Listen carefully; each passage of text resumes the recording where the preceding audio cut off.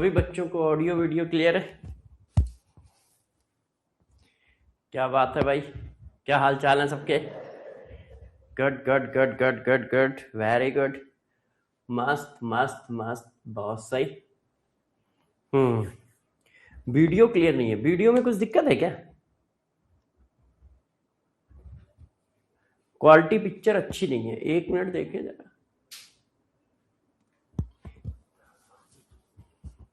Okay, video quality लो है, बिल्कुल यार, वीडियो क्वालिटी सही कर देंगे, ऐसी क्या बात है। बस रुक जाओ, थोड़ी देर रुको।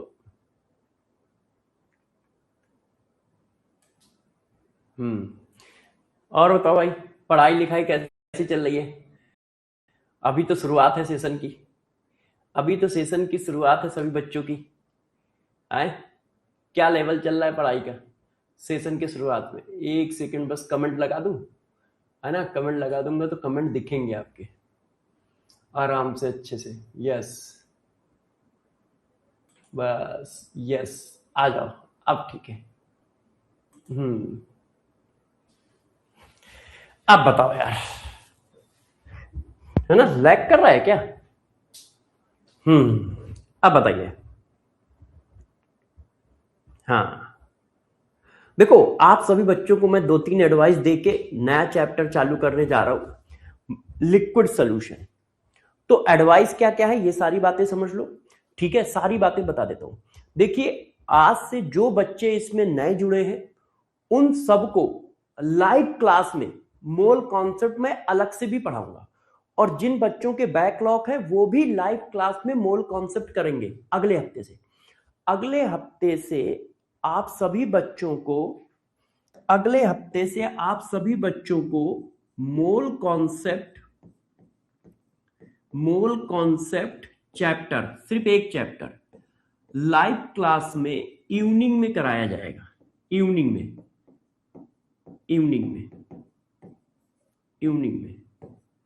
5 बजे से लेके 8 बजे तक। कब से? 3 अगस्त। 3 अगस्त से स्टार्ट होगा, मतलब नेक्स्ट मंडे से। तो जिन जिन बच्चों के, देखो, नेक्स्ट मंडे से, आज से नया चैप्टर चालू है लिक्विड सोल्यूशन से पहले मैंने सिर्फ मोल कॉन्सेप्ट पढ़ाया है। तो मोल कॉन्सेप्ट की लाइव क्लासें इवनिंग में चलेंगी और 3 से 4 क्लास में खत्म हो जाएगा, क्योंकि 3-3 घंटे की क्लास है। 3-3 घंटे की क्लास है। तो देखो, जिन बच्चों ने नहीं पढ़ा हुआ है, क्योंकि लगातार बच्चे ज्वाइन करते रहते हैं, तो जिन बच्चों ने नहीं पढ़ा हुआ है वो सीरियस होके आराम से इसको लाइव क्लास में पढ़ेंगे। 3 अगस्त से क्लास आएगी, है ना? वो आराम से पढ़ेंगे। जिनके बैकलॉग है वो बैकलॉग पूरा करेंगे, जिनका पहली बार है वो पहली बार पढ़ेंगे। मगर सब लोग इसको कर लेंगे। तो बहुत सारे बच्चे हैं, जैसे कोई आज जुड़ता है, कोई कल जुड़ता है, कोई परसों जुड़ता है, कोई कभी जुड़ता है, तो उनका अभी तक हम लोगों ने जो मोल कॉन्सेप्ट किया वो छूट जाता है। तो उसकी लाइव क्लास मैं फिर से लगा रहा हूं अलग से, शाम को। जैसे बैच ये जो चल रहा है वो चलता रहेगा, इसमें कोई मतलब किसी भी तरह का इंटरफेरेंस नहीं होगा। जैसे डेली क्लास चलती है, पहली फिजिक्स की, फिर केमिस्ट्री की, फिर बायो की चलती रहेगी। बस इवनिंग में शाम को 5 बजे और से 8 बजे तक, ठीक है, मोल कॉन्सेप्ट की क्लास करके मोल कॉन्सेप्ट लाइव में बिल्कुल आराम से, जैसे ये बैच चल रहा है उसी तरह से मोल कॉन्सेप्ट की 4-5 क्लास में खत्म हो जाएगा। 3 क्लास लगेंगे या 4 क्लास लगेंगी? क्यों? क्योंकि 3 घंटे की लगभग क्लास होगी। तो सारे बच्चे जिनके बैकलॉग है या जिनका छूटा हुआ है या जो अभी जुड़ रहे हैं, वो सारे बच्चे इससे मोल कॉन्सेप्ट खत्म करेंगे। और आज हम लोग स्टार्ट करने जा रहे हैं लिक्विड सोल्यूशन, पहला चैप्टर। लिक्विड सोल्यूशन पहला चैप्टर है, मतलब 12th का पहला चैप्टर है ना? आपको मैं बस इतना बता देता हूं कि आप सभी बच्चों को यह टारगेट लेके चलना चाहिए। देखो, मैं हर साल बताता हूं, इस साल भी बता रहा हूं, पेपर चाहे जैसा बनाए हो, आप पेपर कर पाओगे, मगर तभी पेपर कर पाओगे जब आप मेरी बात मानोगे और जैसा कहता जाऊं वैसा करते जाओगे। ध्यान रखिएगा। तो सबसे पहली बात, जब भी टेस्ट पेपर हो उसका टारगेट रखो कि यदि टेस्ट पेपर है, ठीक है, तो टेस्ट में कभी भी 150 नंबर से नीचे ना आए। आप इतनी इस लेवल की प्रिपरेशन करके जाओ कि केमिस्ट्री में कभी भी 150 नंबर से नीचे आए ना। और बात रही टेस्ट में सर कुछ और आ गया, तो आपको इसकी गारंटी दे रहा हूं, पेपर कोई भी बनाए, मैं बनाऊं या दुनिया का कोई भी टीचर बनाए, आपको जो पढ़ाऊंगा उसी कॉन्सेप्ट से वो क्वेश्चन सॉल्व होगा। आपको जो पढ़ाऊंगा उसी कॉन्सेप्ट से वो क्वेश्चन सॉल्व होगा, जैसा पढ़ा रहा हूं। तो आप अपने टारगेट फिक्स करो। देखो, जब हम टारगेट नहीं लेते ना, तो हमारे अंदर जानते हो क्या आता है, अरे यार इस बार तो मैं पढ़ ही के नहीं गया था, इसीलिए तो केमिस्ट्री में 110 नंबर आए। अगले टेस्ट में पढ़ के जाऊंगा 150 से ऊपर आएंगे। अगले टेस्ट में पढ़ के जाऊंगा 150 से ऊपर आएंगे। अगले टेस्ट में, अरे यार यदि मैं जानते हो मामा के यहां ना जाता तो 3 दिन और पढ़ने को मिल जाते, तो प्रिपरेशन मेरी और अच्छी हो जाती, तो 150 नंबर आ जाते, तो 150 नंबर आ जाते हैं। अच्छा, एक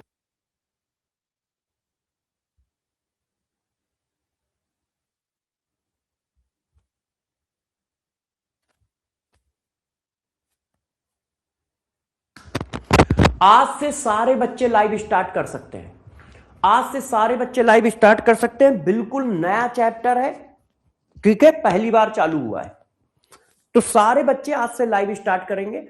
और जो मोल कॉन्सेप्ट चैप्टर जिनका भी छूटा हुआ है, जो आज ज्वाइन कर रहे हैं, कल ज्वाइन कर रहे हैं, परसों ज्वाइन कर रहे हैं, उनकी मोल कॉन्सेप्ट की लाइव क्लास 3 अगस्त से चालू की जाएगी, शाम को 5 बजे से 8 बजे तक। शाम को 5 बजे से 8 बजे तक, है ना। और सुबह जैसे क्लास चलती है डिट्टो वैसे ही चलती रहेगी। बस मैं हर बच्चे से एक प्रॉमिस चाहता हूं। देखो, ये तुम प्रॉमिस कर तो देते हो, निभा नहीं पाते हो, कि जब भी टेस्ट हो, बैच जब भी टेस्ट हो, तो केमिस्ट्री में हमें 150 से ऊपर नंबर लाने हैं। अब 150 से ऊपर नंबर लाने के लिए आपका प्रिपरेशन लेवल अच्छा होना चाहिए। और वो प्रिपरेशन लेवल क्या होना चाहिए मैं लिख देता हूं, और मैं आपको चैप्टर 10 दिन पहले खत्म करके दूंगा। बच्चे ये भी कहते हैं ना कि सर चैप्टर टाइम पे खत्म हो जाएगा। मान लो कल टेस्ट है और चैप्टर मैं आज खत्म कर रहा हूं, तो बेचारा बच्चा कैसे करके जाएगा भाई। पेपर में नंबर लाने की कुछ जिम्मेदारियां बच्चे की हैं, तो कुछ जिम्मेदारियां टीचर की भी है। तो मैं अपनी जिम्मेदारी बता देता हूं। टेस्ट में जो कुछ भी आएगा उसका सिलेबस, टेस्ट का सिलेबस मैं 10 दिन पहले खत्म करूंगा। सिलेबस 1 वीक पहले हमेशा खत्म करूंगा। 1 वीक पहले, 1 वीक पहले, 1 वीक बिफोर, जैसे आपको प्रिपरेशन करने का खूब टाइम मिले। ये देखो, ये जिम्मेदारी मेरी है। क्यों भाई, मैं यदि सिलेबस टाइम पे नहीं करूंगा, या कल पेपर है आज सिलेबस खत्म करूंगा, तो ये बेचारा बच्चा कैसे प्रिपरेशन करेगा, कैसे करेगा। वो भी तो इंसानी है ना। क्या आवाज कम आ रही है क्या? वो भी तो इंसानी है, कैसे कर पाएगा।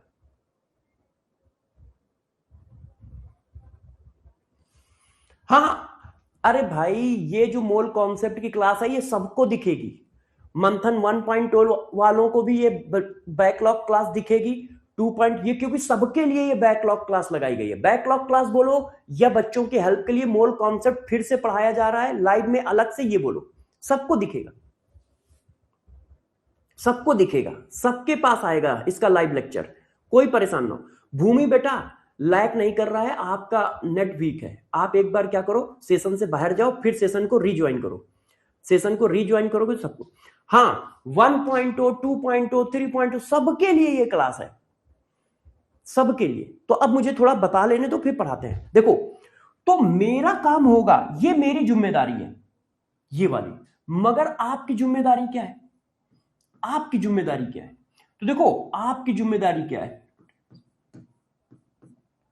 आपकी जिम्मेदारी ये है कि सबसे पहले आप नोटबुक के क्वेश्चन करो।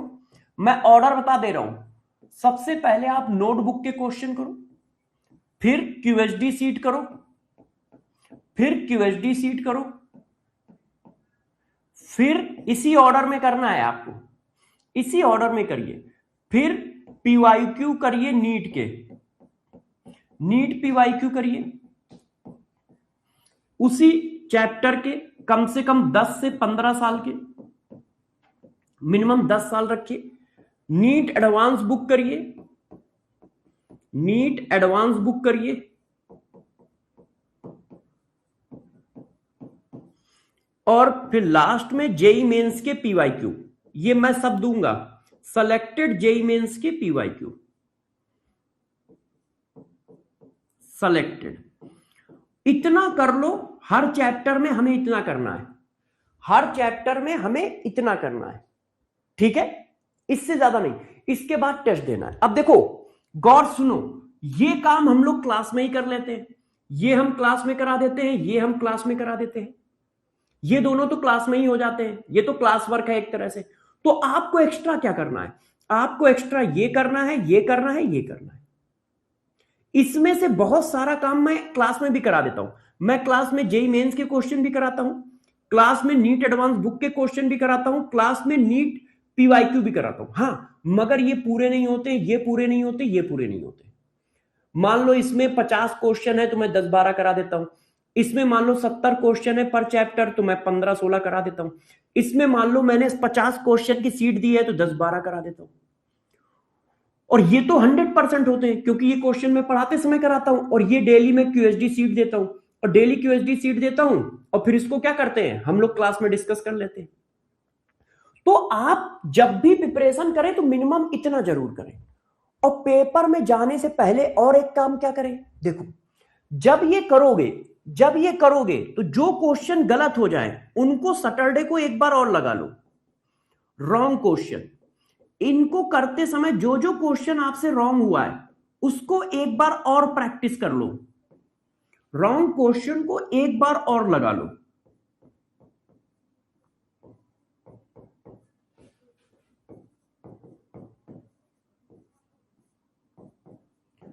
फिर जाके पेपर दो। मतलब आप पेपर मत दो, पेपर इस इंटेंशन के साथ दो कि 150 से नीचे नहीं आने चाहिए, चाहे वो जैसा पेपर बना के लाए, चाहे वो जैसा पेपर बना के लाए। हम केमिस्ट्री में 150 से नीचे नहीं लाएंगे, चाहे वो जैसा पेपर बना के लाए। हमारा टारगेट ये होना चाहिए कि भाई हम 150 से नीचे केमिस्ट्री में नहीं लाएंगे, चाहे वो जैसा पेपर बना के लाए, चाहे वो जैसा पेपर बना के लाए, हम केमिस्ट्री में 150 से नीचे नहीं आएंगे। बात समझ पा रहे हो? हाँ बेटा, नीट एडवांस बुक मंथन इन्फिनिटी बैच में इंक्लूड है, ऑटोमेटिक आपके घर पहुंचा दी जाएगी यदि आपने मंथन इन्फिनिटी ले रखा है। मान लो मंथन इन्फिनिटी नहीं ले रखा है तो आप फ्लिपकार्ट या अमेजॉन से जाके बुक कर सकते हो, फ्लिपकार्ट और अमेजॉन में मिल जाएगी। अब मैं चैप्टर पे आता हूं, टाइम बर्बाद नहीं करूंगा, मगर इतना जरूर करिए। और अभी जो है शुरुआत में टेस्ट कब हो रहा है? शुरुआत में टेस्ट होंगे अल्टरनेट संडे, दिवाली से पहले अल्टरनेट संडे, दिवाली के बाद रेगुलर संडे, और लास्ट में जाके हर वीक में 2 टेस्ट। दिवाली से पहले अल्टरनेट संडे है, फिर दिवाली के बाद रेगुलर संडे होगा, हर संडे को टेस्ट होगा। उसके बाद जब आप पेपर के 2 महीने रह जाएंगे तो एक संडे, मतलब एक वीक में 2 टेस्ट होंगे, एक वीक में 2 टेस्ट, जैसे Wednesday Sunday, Wednesday Sunday, Wednesday Sunday, ऐसे टेस्ट होंगे। और यदि बच्चों यहां पर हम 150 से नंबर ऊपर लाएंगे तो वहां पर अपने आप आ जाएंगे, अपने आप आ जाएंगे। बेटा यहीं पे मिलेगा, जहां पे आपकी क्लासें आ रही होंगी वहीं पे टेस्ट का शेड्यूल मिलेगा, वहीं पे नोटिफिकेशन आएगा, सब आएगा, एक एक करके मैं बताता जाऊंगा। हाँ गुज्जर, यदि तुम्हारे पास कुछ और भी मटेरियल है तो तुम और भी कर सकते हो, यदि तुम्हारे पास इसके अलावा कोई और मटेरियल है वो भी कर सकते हो, मना नहीं है, मगर मिनिमम इतना जरूर करो। और यही मिनिमम है, यही मैक्सिमम है, यही मिनिमम है, यही मैक्सिमम है। मगर इसके बाद भी किसी को टाइम मिल जाता है तो और भी मटेरियल कर सकते हो। मटेरियल कोई खराब थोड़ी होता है किसी का, सबका मटेरियल अच्छा होता है ना, सबका अच्छा होता है, मुझे बुराई करने की आदत नहीं है, सबका अच्छा होता है। क्लियर है? अब चलो, अब हम लोग क्लास पे स्टार्ट करते हैं। देखो लिक्विड सॉल्यूशन चैप्टर स्टार्ट करने जा रहे हैं, तो लिक्विड सॉल्यूशन चैप्टर में सबसे पहले समझते हैं कि सॉल्यूशन क्या होता है, सॉल्यूशन क्या होता है। चलो तो सबसे पहले देखो हम सॉल्यूशन समझते हैं कि सॉल्यूशन क्या होता है, ठीक है। क्योंकि चैप्टर का नाम ही है लिक्विड सोल्यूशन, चैप्टर का नाम ही है लिक्विड सोल्यूशन। और आज की क्लास सारे बच्चे कर सकते हैं, जिनका पीछे बैकलॉग भी रहा हो वो भी कर सकते हैं। देखो बच्चों, ये हमारा कंटेनर है। अब इस कंटेनर में मैंने क्या किया, एक लिक्विड डाल दिया ऐसे,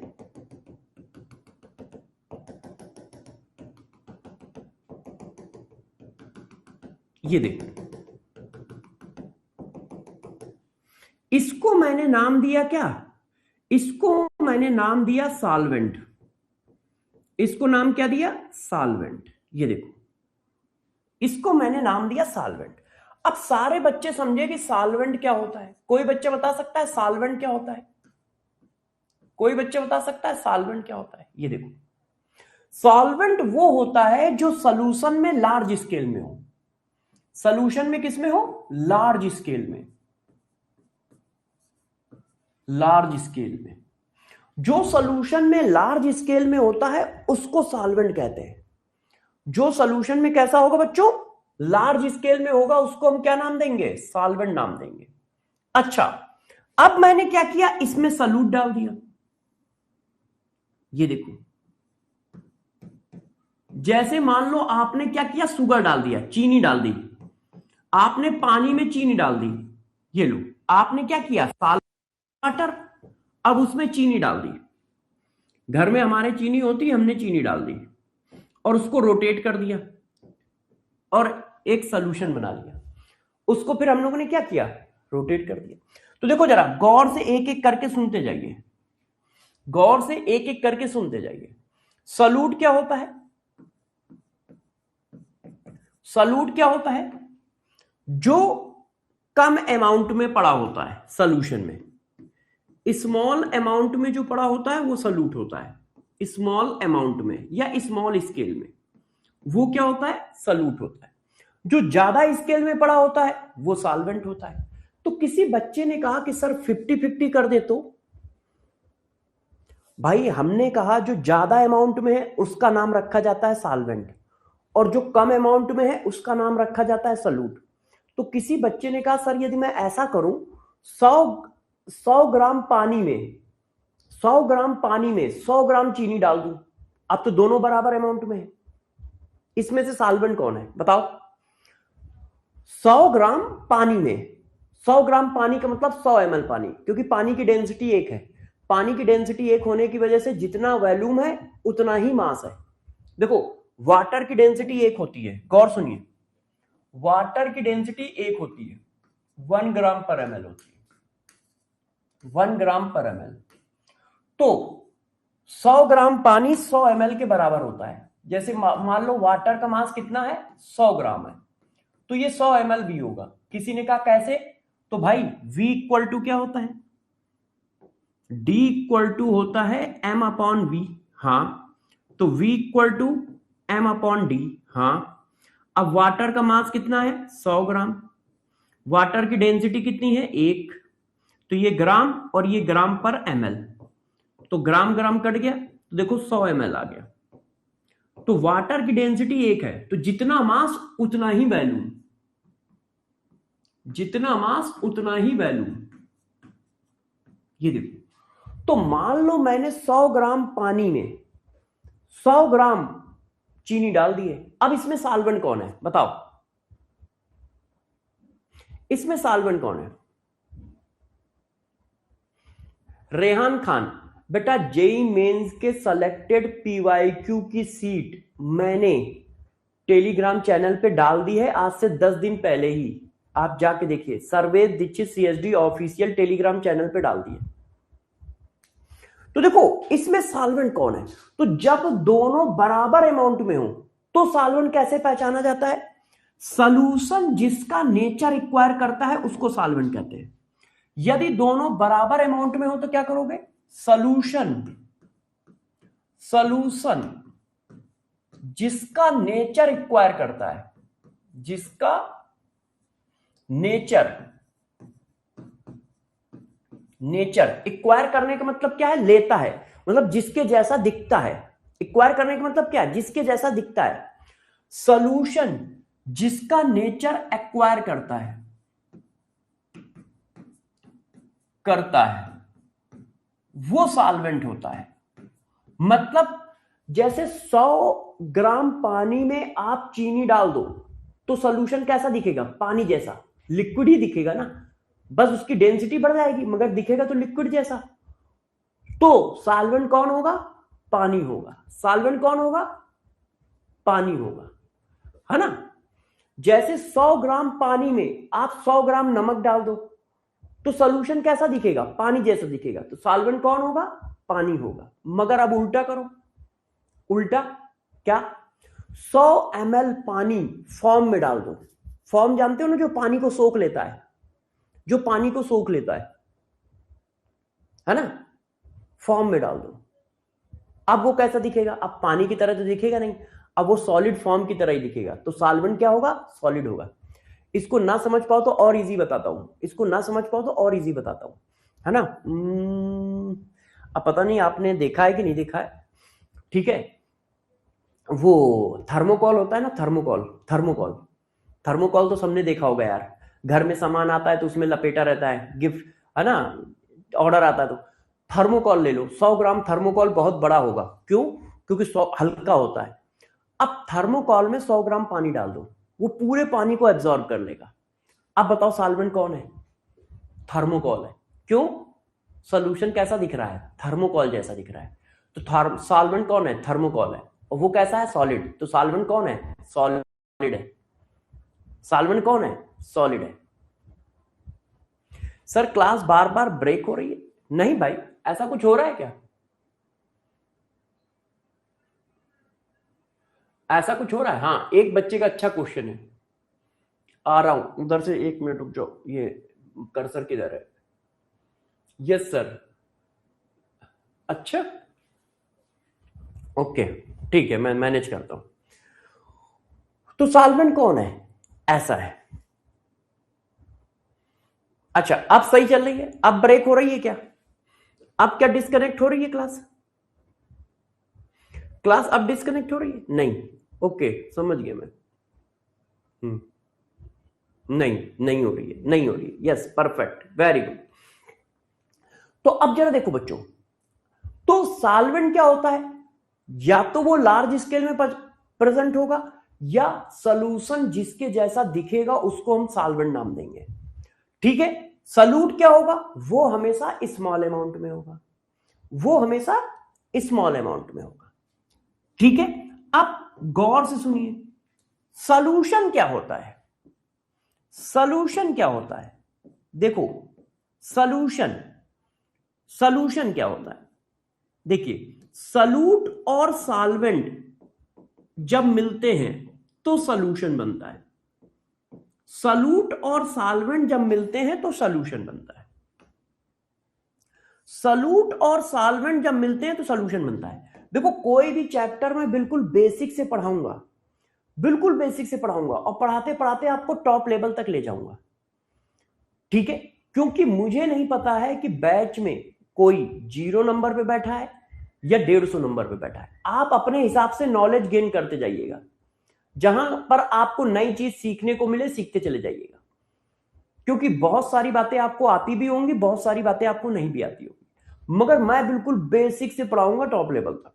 मैं तो ये मान के चलूंगा कि तुम दुनिया में पहली बार केमिस्ट्री पढ़ने आए हो, पहली बार केमिस्ट्री पढ़ रहे हो, है ना।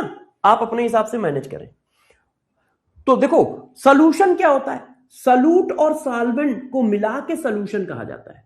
सॉल्यूट और सॉल्वेंट को जब मिला दिया जाता है तो सॉल्यूशन कहा जाता है। आपने क्या किया? सॉल्वेंट में सॉल्यूट डाल दिया तो जो बना उसको सॉल्यूशन नाम दिया। अब देखो जरा, जब सॉल्यूट एक है,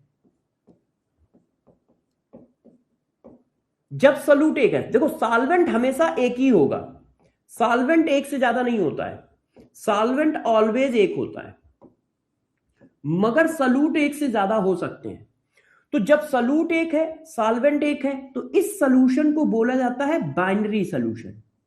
इसको क्या बोलते हैं? Binary solution. बाइनरी सॉल्यूशन का मतलब दो कंपोनेंट हो। बाइनरी सॉल्यूशन का मतलब क्या होता है? दो कंपोनेंट हो, एक सॉल्यूट कंपोनेंट, एक सॉल्वेंट कंपोनेंट, तब हम सॉल्यूशन को बाइनरी सॉल्यूशन कहते हैं। मान लो सॉल्यूट एक से ज्यादा हो, सॉल्यूट क्या हो, more than one, more than one, तो सॉल्वेंट तो हमेशा ही एक होगा, सॉल्वेंट एक से ज्यादा होगा ही नहीं, सॉल्वेंट तो हमेशा ही एक होगा। तो इस सॉल्यूशन को क्या बोलते हैं, नॉर्मल सॉल्यूशन बोलते हैं। इसका कोई नाम नहीं रखा गया, इसका कोई नाम नहीं रखा गया, मगर दो कंपोनेंट वाले का नाम रखा गया बाइनरी सॉल्यूशन। जैसे आप घर में देखो, आपने एक गिलास पानी लिया, उसमें एक चम्मच शुगर डाल दी और एक चम्मच सॉल्ट डाल दिया, मतलब एक चम्मच चीनी डाली और एक चम्मच नमक डाला। अब बताओ सॉल्यूट कितने हैं, सॉल्यूट एक से ज्यादा है मगर सॉल्वेंट एक है, पानी। अब आप चाहो तो उसमें थोड़ा नींबू भी डाल दो, सॉल्यूट तीन हो गए, सॉल्यूट तीन हो गए। और जब सब कुछ डाल ही चुके हो तो एक बार उसको घुमा लो यार, घुमा लिया, अब पी लो यार, शिकंजी बन गई है हमारी, शिकंजी बन गई है। और शिकंजी में तुम्हें थोड़ा और टेस्ट चाहिए तो उसमें थोड़ा सा इनो डाल दो और अच्छी हो जाएगी, मस्ती से पियो। तो देखो सॉल्यूशन जो होते हैं, तो सॉल्यूट और सॉल्वेंट जब मिलते हैं तो सॉल्यूशन बनता है। यदि एक सॉल्यूट एक सॉल्वेंट है तो उसे बाइनरी सॉल्यूशन कहते हैं, और यदि एक से ज्यादा सॉल्वेंट है तो उसे नॉर्मल सॉल्यूशन कहते हैं। उसका कोई नाम हम लोगों ने नहीं रखा है, उसका कोई नाम हम लोगों ने नहीं रखा है। क्लियर है, इतनी बात क्लियर हुई। अब मैंने क्या क्या पढ़ा दिया, पहला सॉल्वेंट की डिफिनीशन क्या है, जो लार्ज स्केल में है वो सॉल्वेंट है।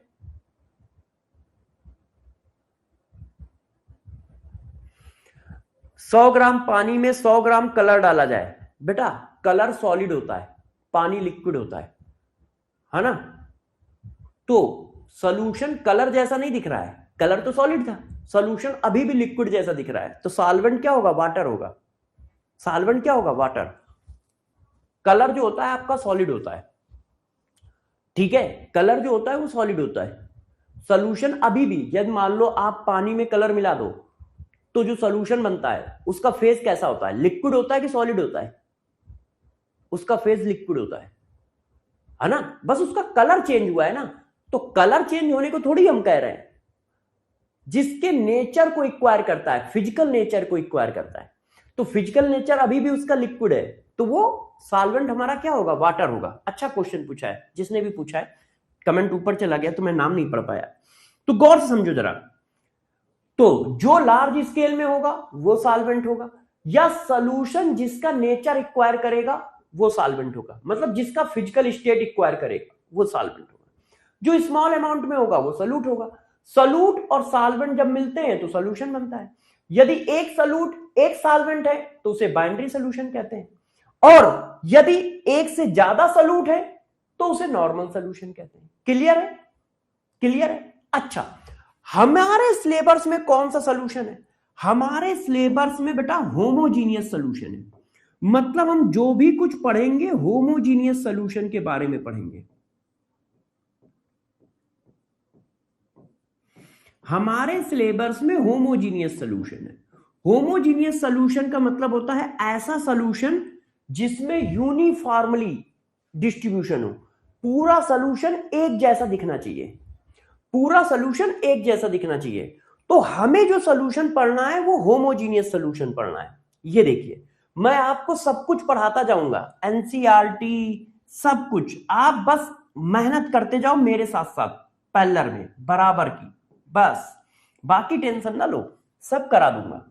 ये देखिए, देखिए solution are homogeneous mixture of 2 and more than 2 component. By homogeneous mixture we mean that its composition and properties are uniformly throughout the mixture. वो यूनिफॉर्मली डिस्ट्रीब्यूट होना चाहिए, एक जैसा दिखना चाहिए। जनरली देखो, the component that is present in largest quantity is known as solvent. Solvent determine the physical state in which solution exist. Solution का physical state वही होगा जो सॉल्वेंट का होगा। सॉल्यूशन का फिजिकल स्टेट वही होगा जो सॉल्वेंट का होगा। इसका मतलब क्या है? मैंने बताया ना कि सॉल्यूशन सॉल्वेंट का नेचर रिक्वायर करेगा। One and more component present in the solution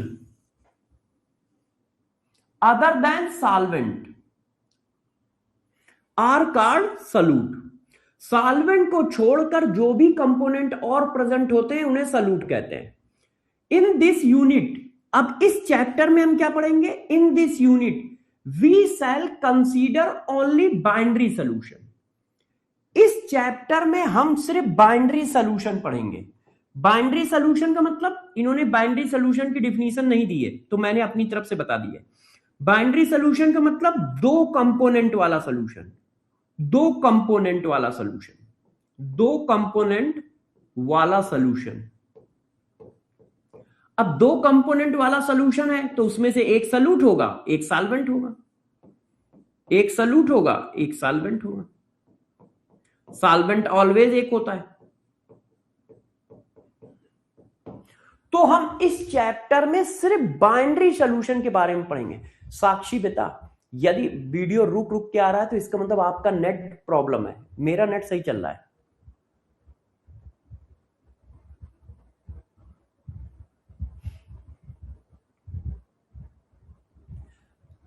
कौन था बेटा उस केस में? नेचर, हाँ आप पढ़ाइए सर, सब परफेक्ट चल रहा है। अच्छा ठीक है, इतनी बात समझ गए। बाइनरी सॉल्यूशन क्या होगा? जिसमें एक सॉल्यूट एक सॉल्वेंट हो। बाइनरी सॉल्यूशन क्या होगा? जिसमें एक सॉल्यूट एक सॉल्वेंट हो। अच्छा तुम अब जिद कर रहे हो कि सर क्वेश्चन दे दो। अब तुम्हारे पास ये भी तो आदत है, तुम्हारी आदत ये भी तो है कि सर एक लाइन पढ़ते हो क्वेश्चन कहते हो कि सर क्वेश्चन दे दो। तो मैंने कहा ले लो भाई क्वेश्चन। अब बताइएगा सारे बच्चे अच्छे से, ठीक है? सारे बच्चे अच्छे से इस चीज का जवाब देंगे और बताएंगे मुझे। देखो मैं आप लोगों से पूछता हूं, मैं आप लोगों से पूछता हूं क्वेश्चन, ठीक है? बताइए 10 gram methyl alcohol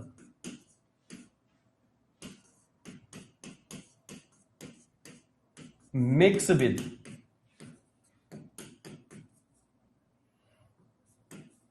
50 gram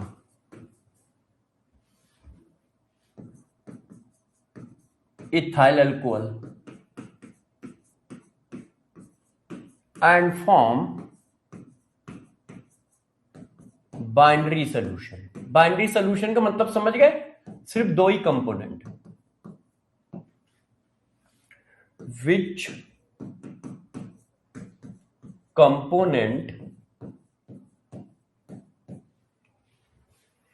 component is a solvent. इनमें से कौन सा कंपोनेंट सॉल्वेंट है? मिथाइल अल्कोहल,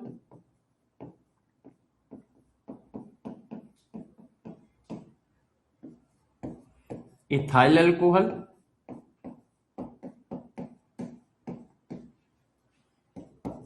बोथ दोनों हैं।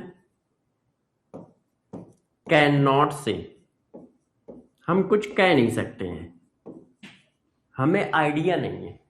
बताओ भाई, आंसर दो सब लोग। इनमें से कौन सा कंपोनेंट सॉल्वेंट है? 10 ग्राम मिथाइल अल्कोहल को मिक्स किया गया है 50 ग्राम इथाइल अल्कोहल के साथ, तो आपको बताना है इनमें से कौन सा कंपोनेंट सॉल्वेंट है। इनमें से कौन सा कंपोनेंट सॉल्वेंट है?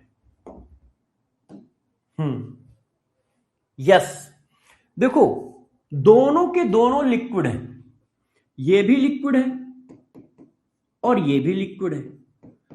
अब जो ज्यादा स्केल में होगा वो सॉल्वेंट होगा, और ये क्या है? लार्ज स्केल में, लार्ज स्केल में, और लार्ज स्केल में है तो ये क्या होगा? सॉल्वेंट होगा। यस वेरी गुड, बहुत सही बहुत सही। आप सभी बच्चों ने सही आंसर दिया है, आप सभी बच्चों ने सही आंसर दिया है। अब जरा देखो यार बच्चों, अब कहानी को थोड़ा और आगे बढ़ाते हैं। क्या? अब देखो, type of solution, type of solution,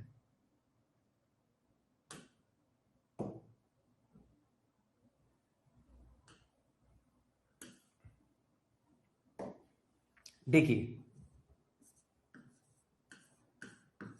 type of solution. अब देखो टाइप ऑफ सॉल्यूशन की बात करते हैं कि टाइप ऑफ सॉल्यूशन क्या होगा। अब जरा बताओ, मान लो हम सॉल्यूट ले, तो सॉल्यूट हमारे पास कितने तरह का हो सकता है? हम 3 फिजिकल स्टेट पढ़ते हैं सिलेबस में।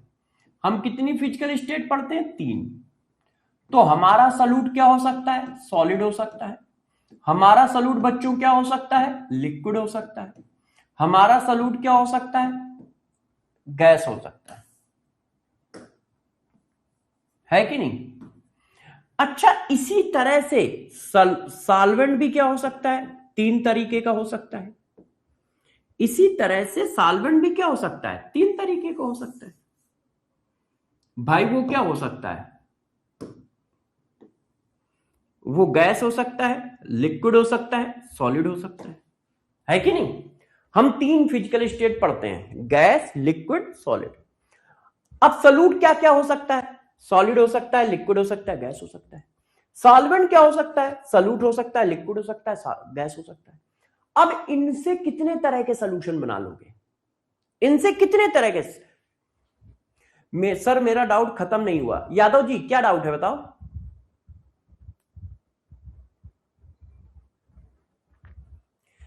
एक्चुअल में यादव जी, दूध में यदि तुम पानी मिला रहे हो तो पहली बात वो होमोजीनियस सोल्यूशन नहीं होता है, वो हेट्रोजीनियस सोल्यूशन होता है। आप लोगों के पास चैप्टर नहीं है, नहीं तो पहले एक चैप्टर सॉलिड स्टेट भी हुआ करता था। पहले एक चैप्टर सॉलिड स्टेट भी हुआ करता था, तो सॉलिड स्टेट में कोलाइडल सोल्यूशन पढ़ाया जाता था। तो दूध एक कोलाइडल सोल्यूशन है, नेकेड आइज से नहीं दिखता है, आपको दिखता है वो माइक्रोस्कोप से। दूध एक होमोजीनियस सोल्यूशन नहीं, कोलाइडल सोल्यूशन है। तो दूध में पानी मिलाओगे तो वो कोलाइडल सोल्यूशन आएगा। ठीक है, अब बात आई उसमें सॉल्वेंट कौन, सॉल्यूट कौन, है ना? उसमें सॉल्वेंट कौन, सॉल्यूट कौन? तो सॉल्वेंट यदि आपको डालना ही है तो पानी डाला जाएगा, क्योंकि पानी लिक्विड है। और दूध में पानी मिला लो तब भी फिजिकल स्टेट लिक्विड रहता है, तब भी फिजिकल स्टेट कैसा रहता है? लिक्विड रहता है, मगर वो कोलाइडल सोल्यूशन है। अब चैप्टर में नहीं है, नहीं तो आज से 3-4 साल पहले, क्यों? क्योंकि 2023 में शायद हटा था, तो 4 साल पहले आपके चैप्टर लिक्विड सोल्यूशन भी हुआ करता था, तो उसमें हम लोग ये सारी बातें पढ़ाते थे, है ना? अब सिलेबस में नहीं, इसलिए नहीं पढ़ाते हैं, मगर वो अलग कैटेगरी का सोल्यूशन आता है, कोलाइडल सोल्यूशन। और colloidal solution are heterogeneous solution, और हमें सिर्फ होमोजीनियस पढ़ने हैं। इस वजह से मैंने उस पर ज्यादा डिस्कशन नहीं किया कि आउट ऑफ सिलेबस चीज नहीं पढ़ना है। अच्छा कोई बात नहीं, मगर आपका क्वेश्चन था तो मैंने बता दिया। अब गौर समझो, 3 तरह के सॉल्यूट हैं, 3 तरह के सॉल्वेंट हैं। अब इनसे कितने तरह के सोल्यूशन बना सकते हो मैथ के हिसाब से बताओ। भाई देखो, सॉल्यूट हमने फिक्स कर दिया तो 3 तरह के सॉल्वेंट ले लिए, 3 सोल्यूशन हो गए। फिर सॉल्यूट हमने ये फिक्स कर दिया, फिर 3 तरह के सॉल्वेंट ले लिए, फिर 3 सोल्यूशन हो गए। फिर मैंने सॉल्यूट ये फिक्स कर दिया, फिर 3 तरह के सॉल्वेंट ले लिए, फिर 3 तरह के सोल्यूशन हो गए। तो टोटल कितने तरह के सोल्यूशन बना सकते हो? 9, है ना? पॉसिबल सोल्यूशन कितने हैं? Possible type of solution, possible type of solution कितने हैं? 9। मैथ के हिसाब से देखो 9 है कि नहीं? इसमें कोई दिक्कत तो नहीं है? भाई मैंने सॉल्वेंट क्या ले लिया? सॉलिड।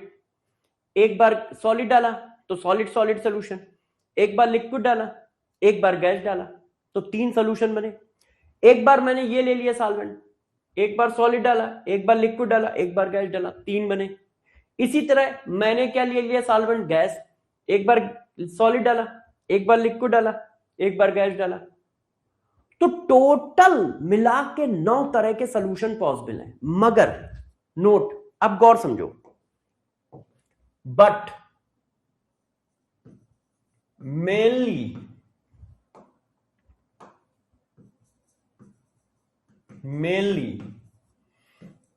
8 टाइप के सॉल्यूशन होते हैं।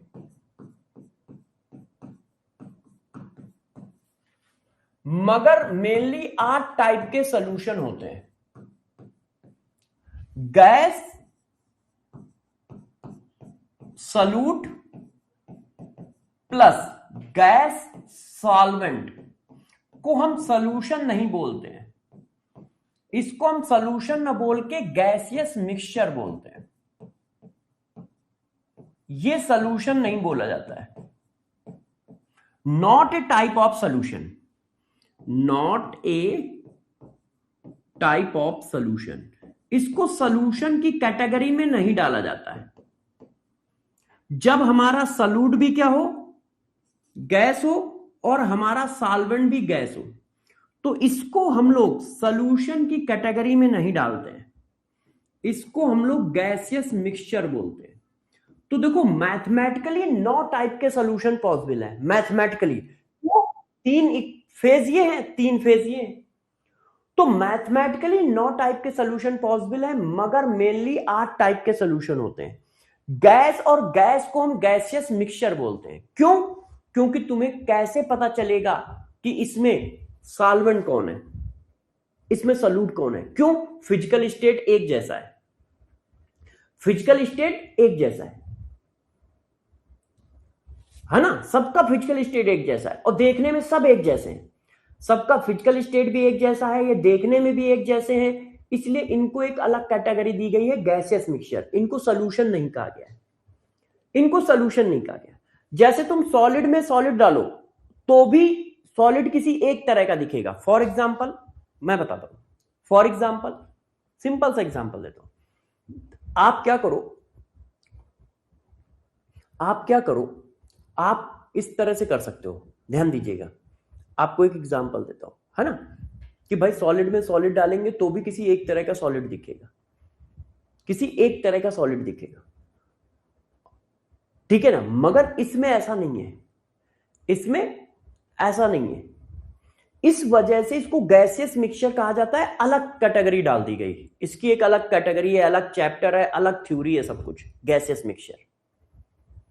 तो जब टोटल 8 टाइप के सॉल्यूशन बताए गए और इसको इन्होंने गैसियस मिक्सचर कहा, अब बात आती है ये 8 टाइप के सॉल्यूशन है कैसे सॉल्यूशन। तो अब गौर समझिएगा मेरी बात, 8 टाइप के सॉल्यूशन हैं कैसे, तो गौर सुनिएगा। आप लोगों को एक पॉइंट और पढ़ाता हूं, आप लोगों को एक पॉइंट और पढ़ाता हूं।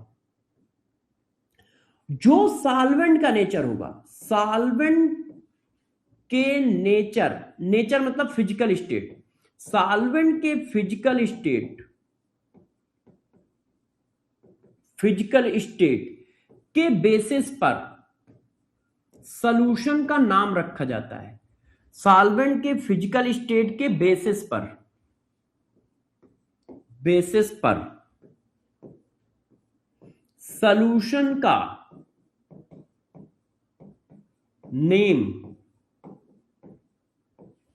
रखते हैं।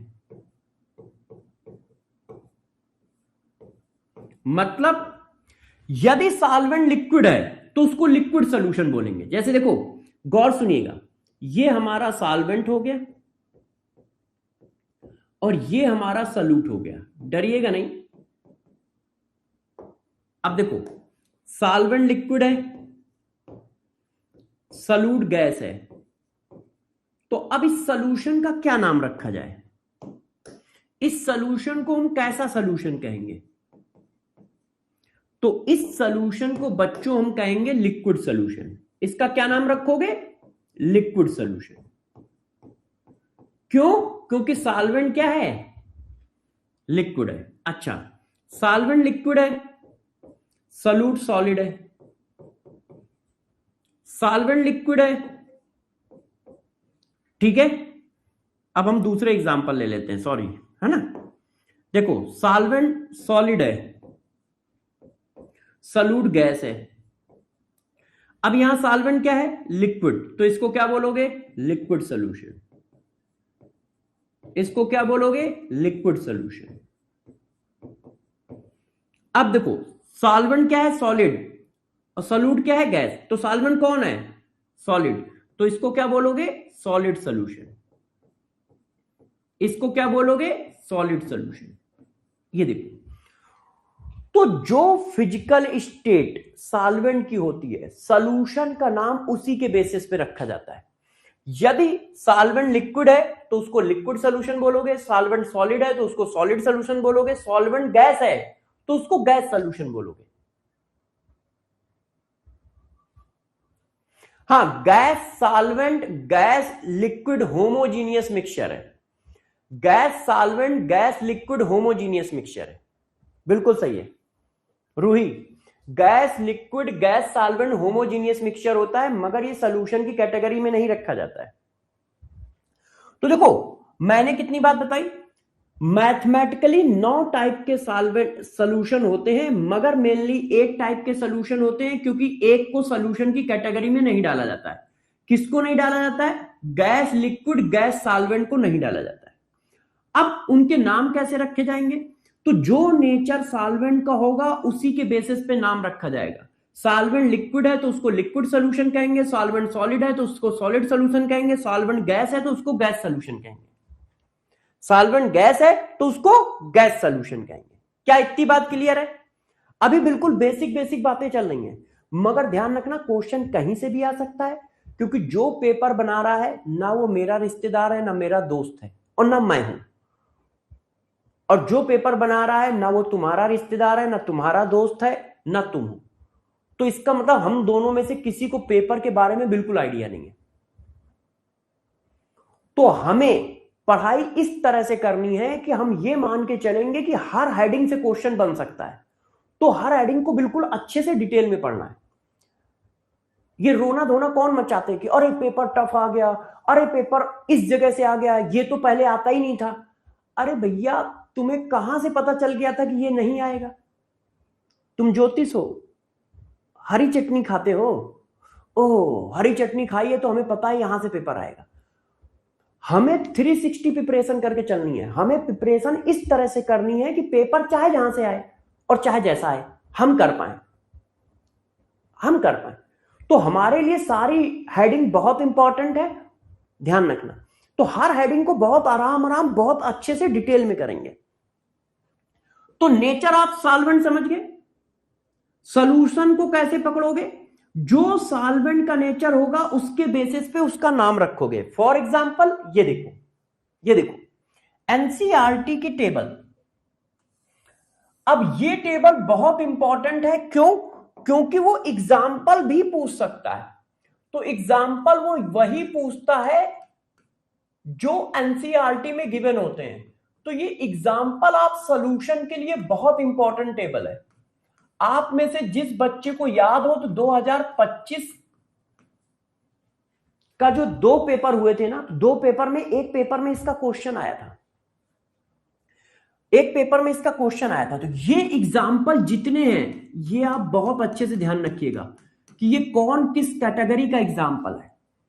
ये पेपर में पूछे जा सकते हैं, इसीलिए मैं इस टेबल को लाया हूं। अब गौर सुनना, देखो इसको क्या कहा गया? Gas solution. क्यों? सॉल्वेंट कौन है? सॉल्वेंट कौन है? तो क्या कहा गया? Gas solution. इनको क्या कहा गया? Liquid solution. क्यों? सॉल्वेंट कौन है? तो लिक्विड सॉल्यूशन। इनको क्या कहा गया? Solid solution. क्यों? सॉल्वेंट कौन है? ये देखो, सॉल्वेंट कौन है? सॉलिड, तो सॉलिड सॉल्यूशन कहा गया। तो क्या कहा गया? Solid solution. तो टाइप ऑफ सॉल्यूशन कैसे पहचानोगे? सॉल्वेंट के नेचर से। सॉल्वेंट गैस है तो गैस सॉल्यूशन, सॉल्वेंट लिक्विड है तो लिक्विड सॉल्यूशन, सॉल्वेंट सॉलिड है तो सॉलिड सॉल्यूशन। कर लोगे इतनी बात?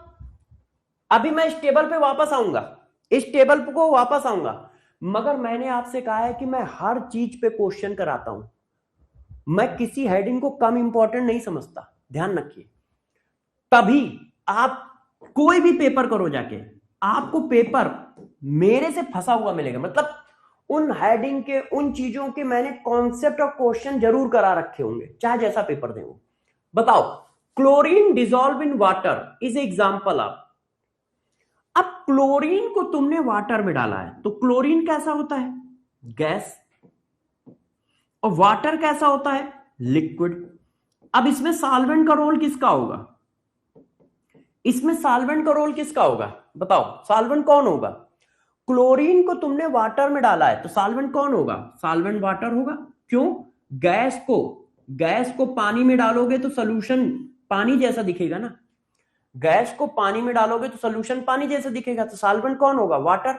तो ये किसका एग्जाम्पल होगा बताओ? ये किसका एग्जाम्पल होगा? इस सोल्यूशन को क्या नाम दोगे? गैस सोल्यूशन नाम दोगे, लिक्विड सोल्यूशन नाम दोगे, या सॉलिड सोल्यूशन नाम दोगे?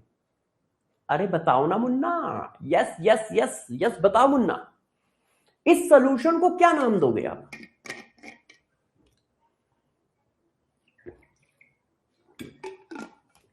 हाँ, तो सॉल्वेंट हमारा लिक्विड है तो हम इसको लिक्विड सोल्यूशन नाम देंगे, हम इसको लिक्विड सोल्यूशन नाम देंगे।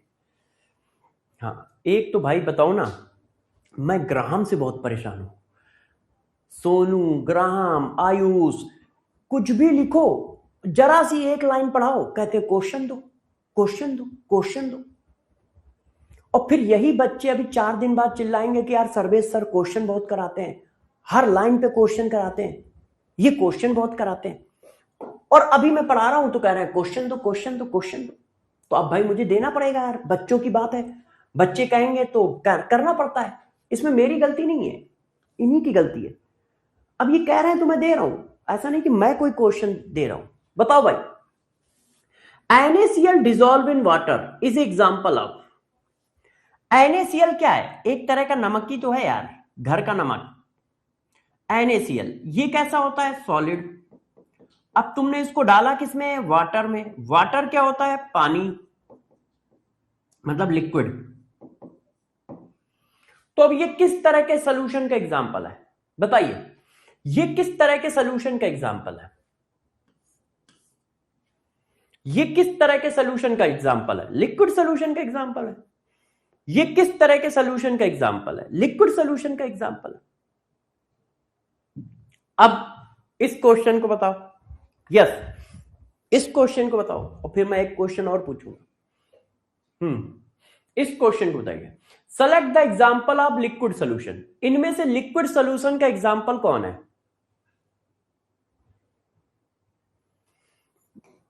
लिक्विड सोल्यूशन का एग्जांपल कौन है? Ethyl alcohol dissolve in water, glucose. एक मिनट, ये क्या लिखा है?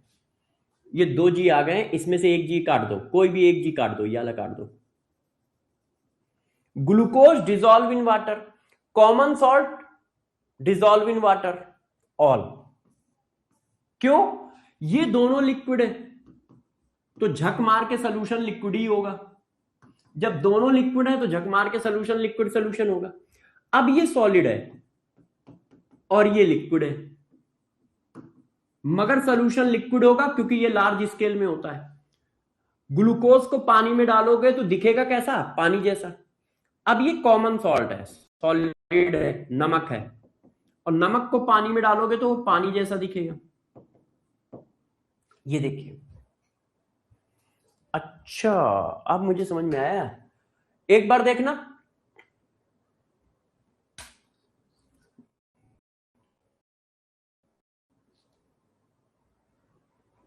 अब मुझे एक बात बताओ।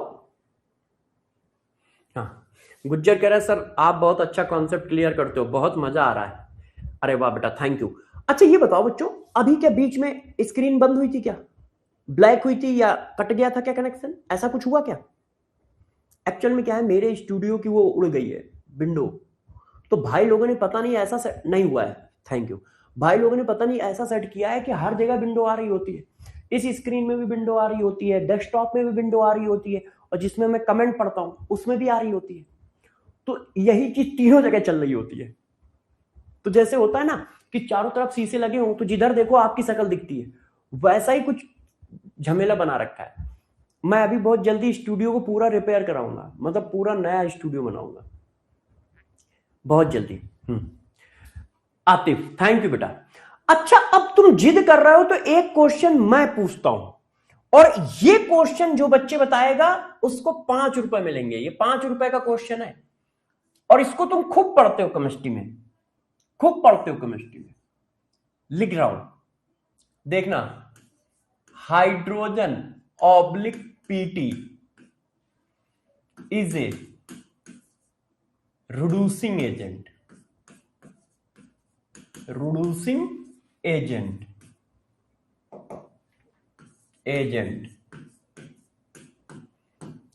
है ना, used in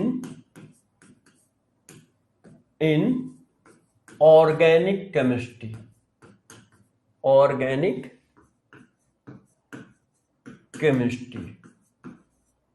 to formation of alkane by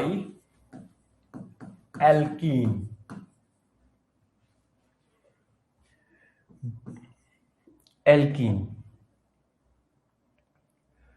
Hydrogen oblique PT belong to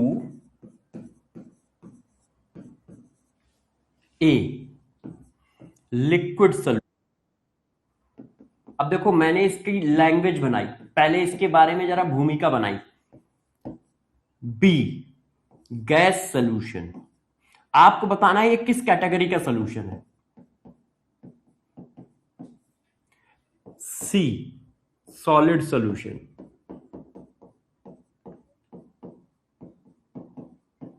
D, B and C both. अच्छे से करियो भाई, 5 रुपए का क्वेश्चन है ये, जो जो सही बताएगा उसको प्लस 5 रुपए मिलेंगे, और जो गलत बताएगा, चलो आज गलत वालों को कुछ नहीं लेंगे, आज सिर्फ देंगे। बताओ प्लेटिनियम पर PT oblique hydrogen gas is a reducing agent used in organic chemistry to formation of alkane by alkene. PT oblique hydrogen oblique PT belong to किस तरह का सोल्यूशन है, बताइए। यस, अब देखो कंफ्यूजन आया, यस कंफ्यूजन आया, बताओ भाई किस तरह का सोल्यूशन है। देखो गौर से देखो, मैं थोड़ा सा समझाता हूं तो आपको सारी बातें समझ में आएंगी। आपको मैं समझाता हूं थोड़ी बातें हैं, फिर मैं आपसे पूछूंगा 2 मिनट में और बताइएगा आप लोग। चलिए देखो, ये मान लो प्लेटिनियम सरफेस है, लोग इसको सरफेस सही से बना दे, आपको सही से बना के देता हूं मस्त तरीके से।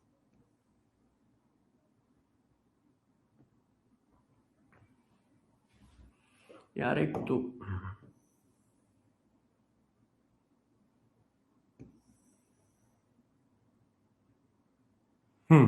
अब देखो बच्चों, होता क्या है, ये प्लेटिनियम सरफेस है, प्लेटिनियम सरफेस, ये प्लेटिनियम सरफेस है।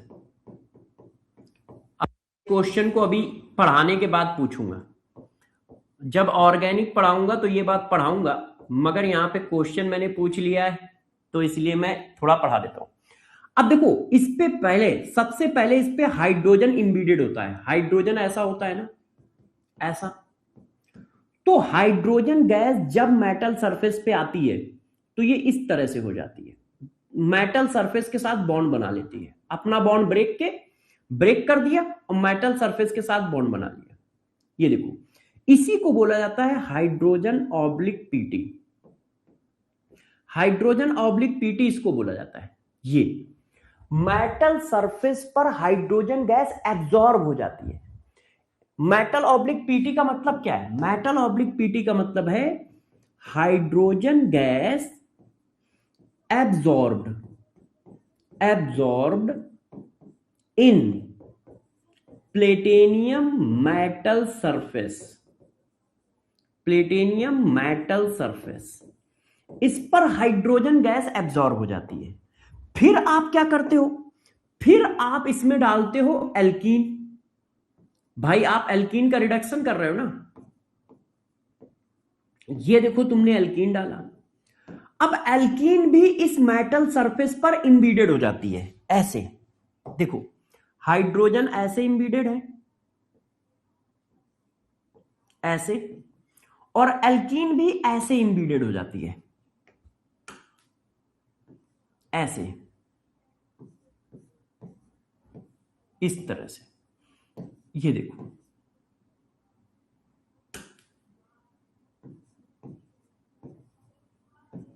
ऐसे, दोनों उस मेटल सरफेस पे धस जाते हैं जाके। मतलब मेटल सरफेस हाइड्रोजन गैस को भी एब्जॉर्ब करता है, उस वही मेटल सरफेस एल्कीन गैस को भी एब्जॉर्ब कर लेता है इस तरह से। अब ये दोनों होता क्या है, देखो ये वाला साइड तो ब्लॉक है, ये वाला साइड ब्लॉक है ना, क्यों, मेटल सरफेस पे धसा हुआ है। तो ये वाला साइड खुला है, तो ये हाइड्रोजन इस साइड, ये वाला हाइड्रोजन इसमें और ये वाला हाइड्रोजन इसमें जाके ऐड हो जाता है, और ऐड होने के बाद दोनों अलग हो जाते हैं, फिर ये अलग हो जाता है, पूरा प्रोसेस ये, फिर ये अलग हो जाता है ऐसे, मेटल सरफेस अलग हो गया, और ये देखो हाइड्रोजन जो ऐड हुए ऐसे। ये मैकेनिज्म होती है पूरी। इसीलिए addition of metal in alkene cis addition बोला जाता है। सिस एडिशन को दोनों हाइड्रोजन एक साइड लगेंगे। दोनों हाइड्रोजन एक साइड क्यों लगेंगे, क्योंकि एक साइड तो क्या है, मेटल ने ब्लॉक कर रखी है। अब भाई ये वाली स्लाइड यदि मेटल ने ब्लॉक कर रखी है, ये देखो मेटल में ऐसे धसा है ऐसे, एक मिनट, ऐसे धसा है, तो अब कुछ भी इसमें जुड़ना है तो इधर से ही जुड़ सकता है ना, इधर से तो ब्लॉकेज है। अब इधर जुड़ेगा कैसे, इतनी मोटी दीवार है, अब सॉलिड दीवार को पार करके कोई कैसे जुड़ सकता है, जिसको भी जुड़ना है ओपन साइड से जुड़ेगा। अच्छा, अब हम इस समय ऑर्गेनिक तो पढ़ा नहीं रहे, हम वापस इसमें आते हैं, ऑर्गेनिक छोड़ते हैं, अब वापस आओ। अब बताओ, आपसे मैंने पूछा था हाइड्रोजन ऑब्लिक पीटी किस टाइप के सॉल्यूशन को बिलोंग करता है, तो आपको देखने में ये कैसा लगेगा बताओ, ये देखने में कैसा लगेगा, जब मेटल सरफेस पे हाइड्रोजन गैस एब्जॉर्ब हो गई तो क्या वो गैस जैसा दिखेगा, मेटल सरफेस पे हाइड्रोजन गैस जब एब्जॉर्ब हो जाएगी तो क्या वो गैस जैसा दिखेगा या सॉलिड जैसा दिखेगा, बताइए मेरे को। मेटल सरफेस पे जब हाइड्रोजन गैस एब्जॉर्ब हो गई तो वो गैस जैसा दिखेगा कि सॉलिड जैसा दिखेगा, सॉलिड जैसा दिखेगा, तो वो सॉलिड सॉल्यूशन है, सॉलिड जैसा दिखेगा, यस, तो ये सॉलिड सॉल्यूशन है। हाँ, विशाल कह रहा मेरे 355 रुपए हो गए। विशाल यार झूठ मत बोलो, अभी 355 कैसे हो जाएंगे। यस, कितने टाइम, हाँ हाँ, कितने बच्चों का 5 रुपए सही है। उत्तम कह रहा है सर मेरे फर्स्ट टाइम मुझे 5 रुपए मिले हैं। अरे बहुत सही, बहुत, आपका भी सही, वेरी गुड, बहुत सही, मेरा भी सही, मेरा भी सही, 5 रुपए, yes yes yes yes yes yes, good. तो देखो क्वेश्चन बनाने पे आएगा ना तो वो कुछ भी बना सकता है, किसी भी छोटी सी हेडिंग पर भी वो अच्छा क्वेश्चन बना देगा। तो किसी भी हेडिंग को इग्नोर ना करो। मतलब जैसे 150 नंबर क्यों नहीं आते बच्चों के, या 160, 170, 180 क्यों नहीं आते, क्योंकि वो मोटी मोटी हेडिंग पढ़ते हैं, उन पर फोकस रखते हैं। जैसे सोल्यूशन चैप्टर है तो अब वो फोकस किस पे रखेंगे, राउल्स लॉ पे रखेंगे, कॉलिगेटिव प्रॉपर्टी पे रखेंगे, हेनरी लॉ पे रखेंगे, आइडियल नॉन आइडियल सोल्यूशन पे रखेंगे। अब इनके बीच बीच में बहुत छोटी छोटी हेडिंग भी है, उनको वो अवॉइड मारते हैं। क्यों, क्योंकि जब वो बुक सॉल्व करते हैं तो उनके क्वेश्चन ही नहीं होते। अब मैं 45 मिनट से पढ़ा रहा हूं, अब जिस चीज को पढ़ा रहा हूं उसका एक क्वेश्चन आप किसी बुक में दिखा दो, एक क्वेश्चन किसी बुक में दिखा दो कि नहीं यार सॉल्यूशन के टाइप पर भी उसने क्वेश्चन बनाए हैं, नहीं बनाए। क्यों, वो cut paste cut paste cut paste चल रहा है। और पेपर में अभी पिछले से पिछले साल आया है, पिछले से पिछले साल आया, कल मैं वो क्वेश्चन कराऊंगा, अभी आज मैं लाया नहीं हूं, कल कराऊंगा। अब जब पेपर में आ जाता है तो रोना धोना मचाते हैं, और पेपर टफ आया है, पेपर में वहां से क्वेश्चन पूछे गए जहां से पूछे पहले नहीं आते थे। अरे भैया तुम टीचर हो, तुम बच्चे थोड़ी ना हो। ये तो बच्चे वाले स्टेटमेंट है, बच्चा ये सारी बातें कहता है जायज है। क्यों, वो कम समझदार है, पहली बार पढ़ाई कर रहा है, पहली बार पेपर दे रहा है या दूसरी बार पेपर दे रहा है, अरे तुम तो सालों से पढ़ा रहे हो, 10 साल 20 साल 25 साल से पढ़ा रहे हो, तुम्हें तो आइडिया होना चाहिए कि पेपर किस तरह से लिए जाते हैं और किस तरह से दिए जाते हैं। एग्जामिनर कहीं से भी कुछ भी क्वेश्चन बना सकता है। तो इसलिए किसी भी हेडिंग को हल्का मत समझो और हर हेडिंग पे पूरा नॉलेज लेके जाओ, चाहे वो जितनी छोटी हो चाहे वो जितनी बड़ी हो। फिर कोई भी पेपर बनाए, कैसा भी बनाए, आपको टेंशन लेने की जरूरत नहीं है। ठीक है। अच्छा, अब वापस इस टेबल पे आ जाओ, अब वापस इस टेबल पे आ जाओ। ये एग्जाम्पल सारे बच्चे अच्छे से याद करेंगे, ध्यान रखना। देखो, जैसे मैंने कहा gas in gas, mixture of oxygen और नाइट्रोजन, ये तो आप देख के ही पकड़ लोगे, इसमें तो कुछ है नहीं। अब देखो, सॉल्वेंट गैस है और सॉल्यूट क्या है, लिक्विड। इसका एग्जांपल क्या है, chloroform mixed with nitrogen gas. जब क्लोरोफॉर्म को नाइट्रोजन गैस में मिक्स किया जाता है तो ये किसका सोल्यूशन है, ये कैसा है, गैसियस सोल्यूशन है। मतलब नाइट्रोजन गैस बहुत ज्यादा है, क्लोरोफॉर्म बहुत कम है कि नहीं। नाइट्रोजन गैस बहुत ज्यादा है, क्लोरोफॉर्म बहुत कम है, इसीलिए तो इस तरह का सोल्यूशन आ रहा है, इस तरह का सोल्यूशन आ रहा है। और इसका बेस्ट एग्जांपल क्या है मैं बताता हूं। एक तो ये है, इसका एक बेस्ट एग्जांपल है धुंध कह रहा हूं, सॉरी। आप जब सर्दियां आती हैं तो ड्रॉपलेट बनती है ना वाटर की, उसको क्या बोलते हैं, हिंदी में बताता हूं। जो फॉग आता है, फॉग, हाँ फॉग, ड्यू, तो उसमें क्या होता है, एयर, एयर के ऊपर क्या होता है, पानी की बूंदें जमा हो जाती हैं, एयर के ऊपर पानी की बूंदें जमा हो जाती हैं, फॉग, है ना। तो वो क्या है, एयर हमारा क्या हो गया, सॉल्वेंट, क्यों, बहुत लार्ज स्केल में है, लार्ज स्केल में, तो वो क्या हो गया, सॉल्वेंट। और उस पर वाटर की बूंदें आ गई और वाटर क्या हो गया, सॉल्यूट। तो इसका एग्जांपल इन्होंने ये भी दे रखा है, मगर इसका एग्जांपल फॉग भी है। ठीक है। ड्यू, ड्यू भी बच्चे, मतलब ड्यू तो मैच एच में बोला जाता है, ड्यू किस में बोलते हैं, मैच एच में, हाँ ओस, हाँ अब एक बच्चे ने हिंदी में बताया सर ओस कहते हैं उसको, हाँ कोहरा, हाँ कोहरा। तो वो क्या है, फॉग, ड्यू, कोहरा, तो वो चीज क्या है, ये है। अच्छा ठीक है, इसको समझ गए। अब देखो, गैस हमारा सॉल्वेंट है और सॉलिड क्या है, सॉल्यूट क्या है, solid, camphor in nitrogen gas. अब इसका एक एग्जांपल और है, पॉल्यूशन। ये जो पॉल्यूशन अभी आएगा ना, अभी सर्दी आएगी तो पॉल्यूशन भी आएगा, वो पॉल्यूशन यही है, एयर पर, एयर पर सॉलिड पार्टिकल आके जमा हो जाते हैं, जो कंस्ट्रक्शन से निकलते हैं, सॉलिड पार्टिकल आके जमा हो जाते हैं जो कंस्ट्रक्शन से निकलते हैं। हाँ आयुष बेटा मैं ही पढ़ाऊंगा। हाँ अच्छा 2G हो, अरे यार 1G हटा लो यार। देखो, गैस हमारा क्या है, सॉल्वेंट और सॉलिड, ये इसका एग्जांपल क्या होगा, इसका एग्जांपल आप लोग अभी देखो, अभी 3 महीने बाद, 3 महीने बाद अभी सब लोग, हाँ अच्छा यादव जी तुम भी कानपुरी हो, 3 महीने बाद क्या होगा, सब लोग अभी रोना धोना मचा देंगे, दिल्ली दिल्ली एनसीआर वाले, बड़ा पोल्यूशन है, सांस नहीं आ रही है, ये हो गया वो हो गया। अब इसमें होता क्या है, एयर पर सॉलिड पार्टिकल आके बैठ जाते हैं, जिसकी वजह से वो भारी हो जाते हैं तो नीचे आ जाते हैं। अभी वो ऊपर है, अब वो नीचे आ जाते हैं, अब वो नीचे आ जाते हैं।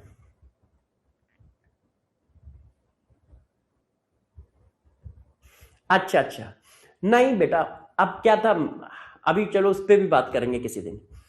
तो एयर पे क्या होता है, सॉलिड पार्टिकल आके बैठ जाते हैं, तो जो आपको धुंध दिखाई देती है वो क्या है, वो गैस इन सॉलिड है, वो गैस इन सॉलिड है जो धुंध होती है, फॉग नहीं धुंध, वो गैस इन सॉलिड है ना। जो अभी उसमें आएगा, किसमें आएगा, सर्दियों में आएगा कि वो है पॉल्यूशन, जिसको आप पॉल्यूशन कहते हो। हाँ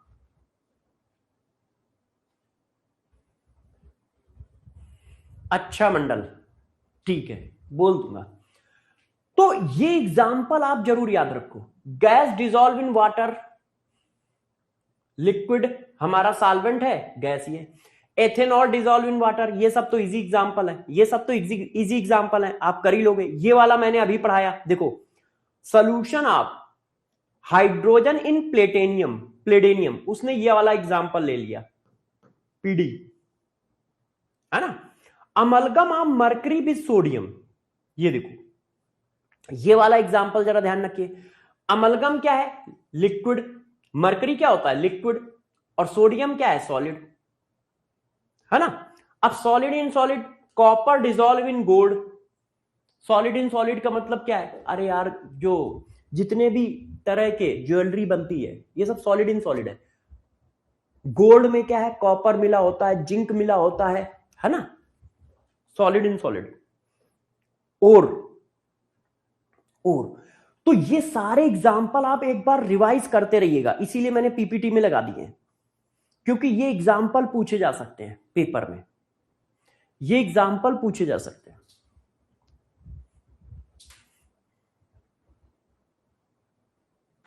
हाँ बेटा, इक्वस सोल्यूशन और लिक्विड सोल्यूशन में कोई डिफरेंस नहीं है। इक्वस सोल्यूशन लिखने का मतलब होता है कि सॉल्वेंट वाटर है, और लिक्विड सोल्यूशन लिखने का मतलब होता है कि सॉल्वेंट लिक्विड है। मगर लिक्विड तो कोई दूसरा भी हो सकता है, अल्कोहल भी तो लिक्विड है ना। एक बच्चा पूछ रहा है सर इक्वस सोल्यूशन और लिक्विड सोल्यूशन में क्या डिफरेंस है, तो क्वेश्चन अच्छा है। देखो लिक्विड सोल्यूशन कहने का मतलब होता है कि सॉल्वेंट लिक्विड है। अब सॉल्वेंट लिक्विड है इसका मतलब वाटर होगा, ऐसा तो जरूरी नहीं है। वो लिक्विड है तो वो वाटर भी हो सकता है, इथाइल अल्कोहल भी हो सकता है कि नहीं। इतने सारे टाइप के लिक्विड होते हैं, कोई भी हो सकता है। मगर जब तुम इक्वस सोल्यूशन लिख देते हो तो ये डिफाइन हो जाता है कि सॉल्वेंट वाटर है, बस इतना डिफरेंस होता है। ये डिफाइन हो जाता है कि सॉल्वेंट वाटर है। अच्छा, तो देखो ये बात हम लोगों ने कर ली क्या, कि लिक्विड कितने तरह के सॉल्वेंट होंगे, 9 तरह के सॉल्वेंट होंगे, ओनली 8 तरह के उसमें से मेन है।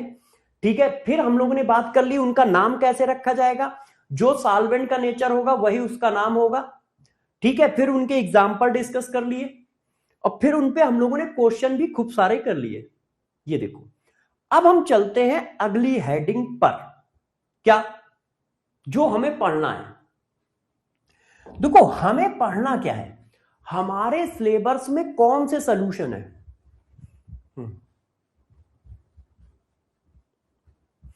एग्जाम्पल को कॉपी में लिखना है, बिल्कुल लिखना है, मेहनत करो, तुम्हारे पास खूब टाइम है, तुम्हारे पास खूब टाइम है, मेहनत करो। जितनी बार कॉपी पे लिखोगे उतना ज्यादा याद रहेगा, उतना ज्यादा चीजें याद रहेंगी आपको। मक्कारी मत सीखो, शॉर्टकट किसी चीज का नहीं होता है। आप मक्कारी मत सीखो, आप लिखो। आपको एक एक चीज लिखनी है, एक एक चीज अच्छे से। यस, अब जरा देखो यार हमारे सिलेबस में क्या क्या है, गौर समझना। हमें सिलेबस में इस चैप्टर में हमें क्या क्या पढ़ना है।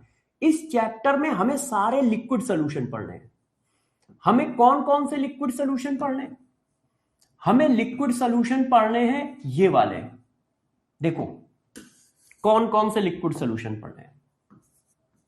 सॉल्वेंट हमारा लिक्विड होगा, और सॉल्यूट हमारा क्या क्या होगा, गौर से देखते जाइए। देखिए सब लोग, पहला हमें पढ़ना है जब सॉल्वेंट हमारा लिक्विड हो और सॉल्यूट हमारा लिक्विड हो, दोनों लिक्विड हो, सॉल्यूट भी लिक्विड है सॉल्वेंट भी लिक्विड है। इसमें मेन इंपॉर्टेंट हेडिंग क्या है, राउल्स लॉ। इसमें हम पढ़ते हैं राउल्स लॉ, इसमें हम क्या पढ़ते हैं, राउल्स लॉ। ये देखो, अब दूसरा, जब सॉल्वेंट हमारा लिक्विड है और सॉल्यूट हमारा सॉलिड है, ये सबसे इंपॉर्टेंट है। इसमें हम क्या क्या पढ़ते हैं, इसमें हम पढ़ते हैं राउल्स लॉ। इसमें भी राउल्स लॉ होता है, 2 केस होते हैं ना राउल्स लॉ के, एक केस ये होता है। और पढ़ते हैं क्वालिटेटिव प्रॉपर्टी, क्वालिटेटिव प्रॉपर्टी।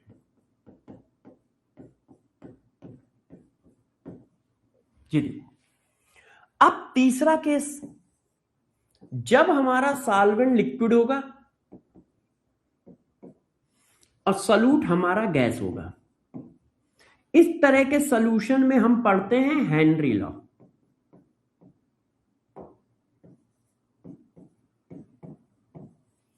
और यही 3 टाइप के सॉल्यूशन हमें इस चैप्टर में पढ़ने हैं। इस पूरे चैप्टर में हमें एक एक करके इन तीनों टाइप के सॉल्यूशन पढ़ने हैं, ये और ये। पूरा चैप्टर सिर्फ 3 टाइप के उसमें है। हाँ, चार्ट वाला भी लिखना है, चार्ट वाला भी लिखना है, सब लिखना है। तो देखो हमें क्या क्या पढ़ना है। हमें एक ये सॉल्यूशन पढ़ना है, जब सॉल्वेंट लिक्विड हो सॉल्यूट भी लिक्विड हो, जब सॉल्वेंट लिक्विड हो सॉल्यूट सॉलिड हो, जब सॉल्वेंट लिक्विड हो और सॉल्यूट गैस हो। इतने टाइप के सॉल्यूशन इस चैप्टर में पढ़ने और इनसे रिलेटेड वो हेडिंग है। अब देखो सॉल्वेंट बार बार लिक्विड आ रहा है, तो हमें इसका मतलब सॉल्वेंट की प्रॉपर्टी बहुत अच्छे से पढ़नी पड़ेगी, क्योंकि सॉल्वेंट लिक्विड है तो लिक्विड की प्रॉपर्टी हमें बहुत अच्छे से पढ़नी पड़ेगी।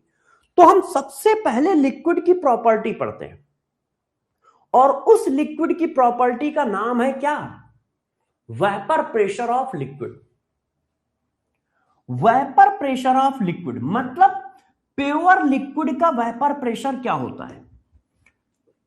सबसे पहले हम प्योर लिक्विड का वेपर प्रेशर पढ़ेंगे, मतलब हम सिर्फ लिक्विड की प्रॉपर्टी पढ़ रहे हैं कि कोई लिक्विड है उसकी कौन सी प्रॉपर्टी है जो सबसे ज्यादा यूज होगी, वो यूज होगी वेपर प्रेशर। देखो ये एक क्लोज कंटेनर है, अब इस पे मैंने क्या किया, एक लिक्विड भर लिया।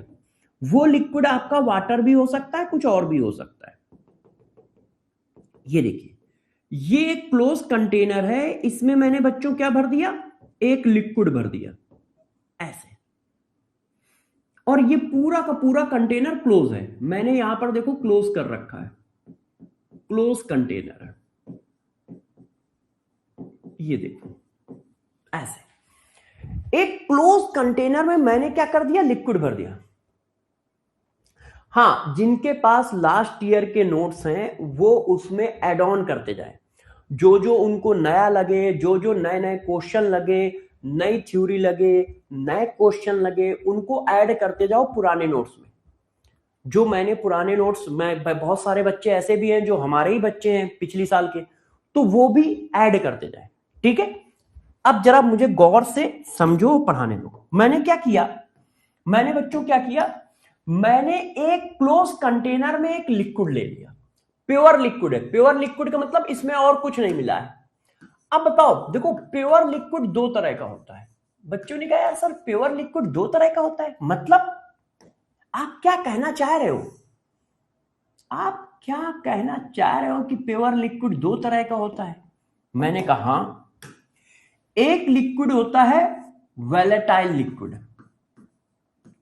लिक्विड कैसा होता है? Volatile liquid. तो बच्चों ने कहा वोलेटाइल लिक्विड का मतलब क्या होता है?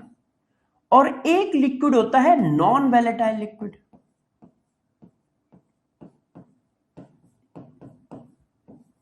तो देखो वोलेटाइल लिक्विड कौन सा होता है? वोलेटाइल लिक्विड उसको बोलते हैं जो वेपर फॉर्म करता हो। वोलेटाइल लिक्विड किसको बोलते हैं? उसको बोलते हैं जो वेपर फॉर्म करता हो, फॉर्म वेपर। जो वेपर बनाता है उसको वोलेटाइल लिक्विड बोलते हैं। जैसे पानी, आप एक गिलास पानी को छत में रखो, एक गिलास पानी को छत में रखो और फिर देखो क्या होगा। एक गिलास पानी को छत में रखाओगे तो पानी क्या होगा? वेपराइज हो जाएगा, आधा गिलास हो जाएगा। कहां चला गया? उसके पास पैर थे क्या तुम्हारी तरह कि अपने घर से भाग के दूसरे घर में चला गया? कहां चला गया? तो पानी वेपराइज हो गया। और छत वाला देखो, आप पानी छत में रखोगे तो भी वेपराइज होगा, घर के अंदर रखोगे तो भी वेपराइज होगा, मगर घर के अंदर इतना कम वेपराइज होता है कि विजुलाइज नहीं कर पाता है। हमारी ये जो आंखें है ना इतनी ज्यादा तेज नहीं है, तो वो विजुलाइज नहीं कर पाती। क्यों? मान लो पूरे दिन में 5 मॉलिक्यूल वेपर में आए, तो 5 मॉलिक्यूल हमें समझ में आएंगे? नहीं आएंगे। मगर जब छत में रखते हो तो टेम्परेचर ज्यादा हो जाता है हीट की वजह से।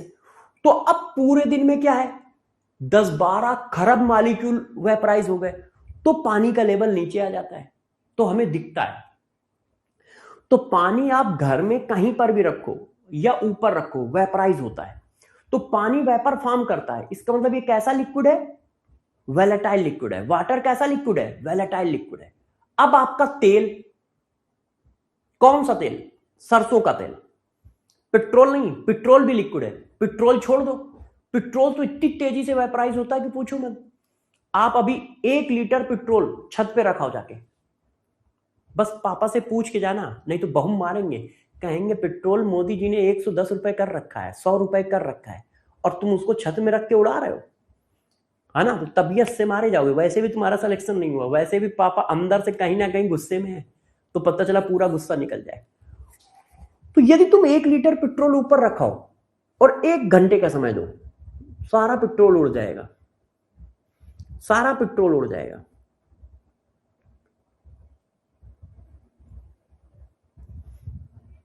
हाँ, सारा पेट्रोल उड़ जाएगा। तो इसका मतलब क्या है? पेट्रोल वेलेटाइल है, वेपर बना रहा है, तो ये वेलेटाइल लिक्विड बोला जाएगा। ये क्या बोला जाएगा? वेलेटाइल लिक्विड बोला जाएगा। ये वेलेटाइल लिक्विड बोला जाएगा। हाँ, तो पानी मतलब वाटर, पेट्रोल, डीजल, ये सब वेलेटाइल लिक्विड है। क्यों? क्योंकि ये लिक्विड से वेपर बना देते हैं, लिक्विड से वेपर बना देते हैं, इसीलिए इनको वेलेटाइल लिक्विड बोलते हैं। अब ऐसे कौन से लिक्विड हैं जो वेपर नहीं बनाते? बताओ, बताओ सब लोग, ऐसे कौन से लिक्विड हैं जो वेपर नहीं बनाते हैं? जो वेपर नहीं बनाते उन्हें नॉन वेलेटाइल लिक्विड बोलते हैं। उन्हें क्या बोलते हैं? नॉन वेलेटाइल लिक्विड बोलते हैं। जो वेपर नहीं बनाते हैं उन्हें नॉन वेलेटाइल लिक्विड बोलते हैं। उन्हें क्या बोलते हैं? Non volatile liquid, not form vapour. जो वेपर नहीं बनाते उन्हें नॉन वेलेटाइल लिक्विड बोलते हैं। बताओ कौन? आपके सरसों का तेल। अच्छा, राशि 149 इन 180, वेरी गुड बेटा, है ना? ऐसे लिक्विड जो वेलेटाइल नहीं होते हैं उनको बोलते हैं नॉन वेलेटाइल लिक्विड, मतलब जो वेपर नहीं बनाते हैं। जैसे सरसों का तेल, अरे घर में जो तेल जिससे खाना खाते हो,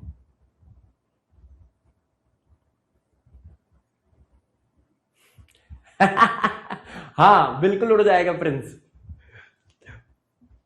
हाँ हाँ, ग्लिसरीन बिल्कुल सही है, mustard oil, glycerine, olive oil बिल्कुल सही है। अरे कितने ऑयल जानते हो यार तुम लोग। हाँ, तो देखो, जो वेपर बनाता है उसे हम लोग वेलेटाइल लिक्विड कहते हैं, जो वेपर नहीं बनाता उसे हम नॉन वेलेटाइल लिक्विड कहते हैं। एग्जाम्पल है तो वेलेटाइल लिक्विड के एग्जाम्पल हमारे वाटर हो गया, पेट्रोल हो गया। नॉन वेलेटाइल लिक्विड के एग्जाम्पल हमारे ऑयल हो गए। ठीक है, बात समझ में आई? नॉन वेलेटाइल लिक्विड हमारे क्या? ऑयल हो गया, जूस हो गया, अरे क्या बात है, जूस हो गया, ये सब नॉन वेलेटाइल लिक्विड है। तो हमें क्या करना है? वेपर प्रेशर पढ़ना है। तो भैया जब वेपर बनेगी तभी तो वेपर प्रेशर आएगा, है कि नहीं? वेपर बनी नहीं तो उसका प्रेशर क्या आएगा?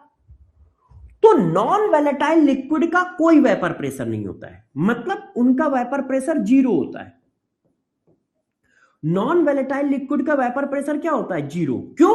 क्योंकि वेपर ही नहीं बनी, तो वेपर का प्रेशर कैसे आएगा? भाई रीजन क्या है? जब वेपर बनी नहीं तो वेपर का प्रेशर कैसे आएगा, है ना? Not form vapour. तो जब इन्होंने वेपर बनाई नहीं तो वेपर का प्रेशर कैसे आएगा?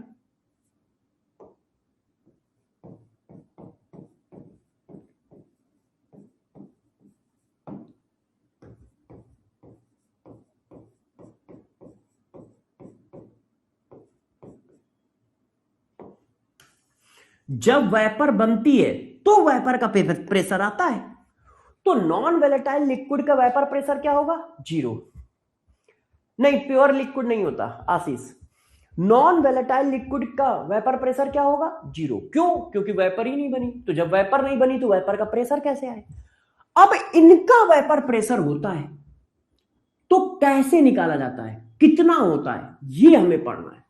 वेपर प्रेशर ऑफ लिक्विड में क्या पढ़ना है कि जो वोलेटाइल लिक्विड है वो कितना वेपर बनाएंगे, उनका वेपर प्रेशर कैसे निकलेगा और क्या होता है, ये पढ़ना है। तो अब जरा उस चीज को पढ़ते हैं। अब देखो ये लिक्विड है और ये कैसा लिक्विड है, वोलेटाइल लिक्विड है। ये कैसा लिक्विड हमने लिया है, वोलेटाइल लिक्विड लिया है ना। क्यों, वोलेटाइल लिक्विड ही तो वेपर बनाएगा। तो ये देखो लिक्विड, अब कुछ लिक्विड ने वेपर बना ली, ये देखो वेपर बन गई। कुछ लिक्विड ने वेपर बना ली, ये देखो। अब कुछ समय बाद क्या होगा, इनके बीच में इक्विलिब्रियम आ जाएगी। इनके बीच में क्या जाएगी, इक्विलिब्रियम। ये देखो ऐसे कुछ समय बाद vapour of liquid, vapour of liquid और लिक्विड के बीच में, ये क्या है, लिक्विड, इनके बीच में इक्विलिब्रियम आ जाएगी। इनके बीच में इक्विलिब्रियम आ जाएगी। तो कुछ समय बाद क्या होगा, देखो कुछ समय बाद ये होगा। ये देखिए गौर सुनिए, ये है लिक्विड और ये है उसकी वेपर। कुछ समय बाद इनके बीच में इक्विलिब्रियम आ जाएगी। वेपर ऑफ लिक्विड,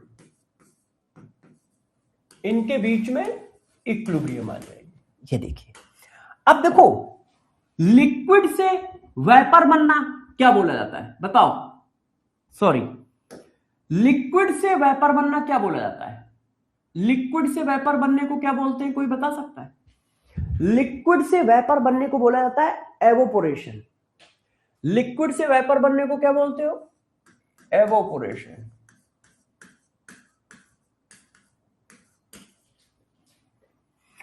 तो लिक्विड से वेपर बनने का प्रोसेस एवोपोरेशन है और वेपर से लिक्विड बनने का प्रोसेस क्या है, कंडेंसेशन।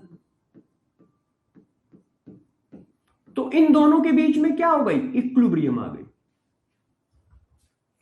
लिक्विड से क्या बना रहे हो, वेपर बना रहे हो, तो इसको बोलते हैं एवोपोरेशन। अब वेपर से वापस लिक्विड में आ रहे हो, कंडेंसेशन। और एक समय ऐसा आया कि दोनों में इक्विलिब्रियम हो गई। इक्विलिब्रियम का मतलब क्या होता है, एक समय ऐसा आया कि दोनों में इक्विलिब्रियम स्टेबलाइज हो गई। तो इक्विलिब्रियम का मतलब क्या होता है, बता सकता है कोई बच्चा कि इक्विलिब्रियम का मतलब क्या हुआ। एक समय ऐसा आया कि दोनों में इक्विलिब्रियम हो गई, मतलब एक सेकंड में, सपोज करो एक सेकंड में 5 molecule of liquid, 5 molecule of liquid vapour में चेंज हो रहे हैं। किसमें चेंज हो रहे हैं, वेपर में। एक सेकंड में 5 मॉलिक्यूल ऑफ लिक्विड वेपर में चेंज हो रहे हैं। उसी एक सेकंड में, उसी एक सेकंड में, उसी एक सेकंड में 5 मॉलिक्यूल ऑफ वेपर लिक्विड में चेंज हो रहे हैं।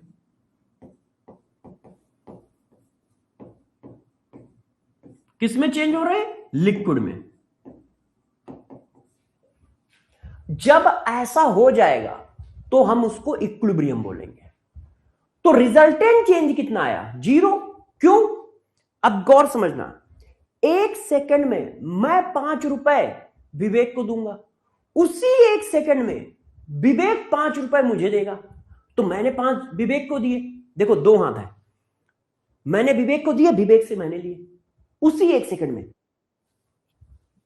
ये तो वो हो गया स्पाइडरमैन, खट खट, है ना। तो देखो उसी एक सेकंड में मैंने 5 रुपए विवेक को दिए और विवेक से 5 रुपए मैंने लिए उसी एक सेकंड में।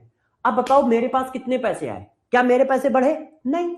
5 माइनस हुआ, 5 ऐड हो गया, रिजल्टेंट जो था वही है। विवेक के पास बढ़े, नहीं। क्या लेन देन हो रहा है, हाँ हो रहा है, लेन देन तो हो रहा है, मगर चेंज आया नहीं। इक्विलिब्रियम स्टेट, ये इक्विलिब्रियम स्टेट है, इसको बोलते हैं इक्विलिब्रियम स्टेट। तो इसको नाम दिया जाता है इक्विलिब्रियम स्टेबलाइज हो गई है, इसको कहते हैं इक्विलिब्रियम। मतलब जितने मॉलिक्यूल वेपर फेज में गए उसी सेकंड में उतने मॉलिक्यूल वेपर के लिक्विड फेज में आए। तो प्रोसेस तो चल रहा है मगर दोनों इक्विलिब्रियम पे। प्रोसेस तो चल रहा है, प्रोसेस हो रहा है, लेन देन हो रहा है, मगर नेट चेंज कुछ नहीं आ रहा है। क्यों? क्योंकि इक्विलिब्रियम स्टेबलाइज हो गई है, नेट चेंज कुछ नहीं आ रहा है। क्यों? क्योंकि इक्विलिब्रियम स्टेबलाइज हो गई है। इसको कहते हैं इक्विलिब्रियम। इसको क्या बोलते हैं? इक्विलिब्रियम बोलते हैं।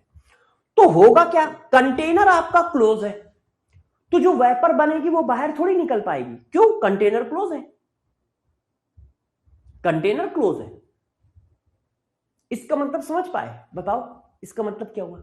इसका मतलब ये हुआ कि यदि तुम बंद कंटेनर में पानी को बॉयल करो तो पानी कभी खत्म ही नहीं होगा। इसका मतलब ये भी हुआ, चेक करो, बंद कंटेनर में यदि पानी को बॉयल करो तो पानी कभी खत्म ही नहीं होगा। क्यों? वो वेपर बनता है और वेपर फिर लिक्विड बना देता है। तो पानी जब निकल ही नहीं रहा है तो खत्म कैसे होगा? Mass neither be create nor be destroy. मगर यदि आप खुले कंटेनर में पानी को गर्म करो तो सारा पानी गायब हो जाएगा। क्यों? क्योंकि वो एटमॉस्फेयर में चला जाता है, वहां पर इक्विलिब्रियम नहीं है, वहां पर इक्विलिब्रियम नहीं है, क्योंकि खुला कंटेनर है। कंटेनर खुला है तो पानी उड़ गया। और इसका बेस्ट एग्जांपल दूं, अब मुझे पता नहीं कि उस टाइप का आप लोगों ने कभी बर्तन देखा है कि नहीं देखा है। आपने एक बर्तन आता था, एक बर्तन मतलब जिसमें क्या है, दूध गर्म करने के लिए स्पेशली आता था। जब मैं अकेले रहता था ना, शादी नहीं हुई थी, मैं क्या है कानपुर से 2004-5 में कोटा आ गया था पढ़ाने के लिए। 2004-5 में कोटा आ गया था और तब मैं शादी हुई नहीं थी, अकेले था तुम लोगों की तरह एकदम। तो यार क्या होता था, जैसे मैं दूध गर्म करने के लिए मैंने गैस पे रख दिया, अब मैं बातें करने लगा घर में दोस्तों से यारों से, अब मैं भूल जाता था तो यार क्या होता, सारा दूध जल जाता था, बर्तन काला हो जाता था। ठीक है, एक बार तो मैंने क्या किया, मैं सेकंड फ्लोर में रहता था। हाँ भाई, मिल्क बॉयलर। हाँ, उसको क्या बोलते हैं? Milk boiler. अच्छा, मिल्क बॉयलर। हाँ, तो एक बार क्या हुआ कि मैं ऐसे ही चढ़ा के, किचन में चढ़ा दिया दूध। अब मैं चला गया, अब दूसरे कमरे में बातें करने लगा, बालकनी में भूल गया। तो नीचे से जो मकान मालिक है वो मेरे पास ऊपर आया कि भैया तुम्हारा यार कुछ जल रहा है, इतनी तेज से धुआं निकल रहा है। और मैंने कहा क्या चल रहा है? फिर मैं वापस आया, मैंने देखा कि दूध चल रहा है। तो लोग परेशान हो गए थे, मैं भी परेशान हो गया था इस बात से लेके।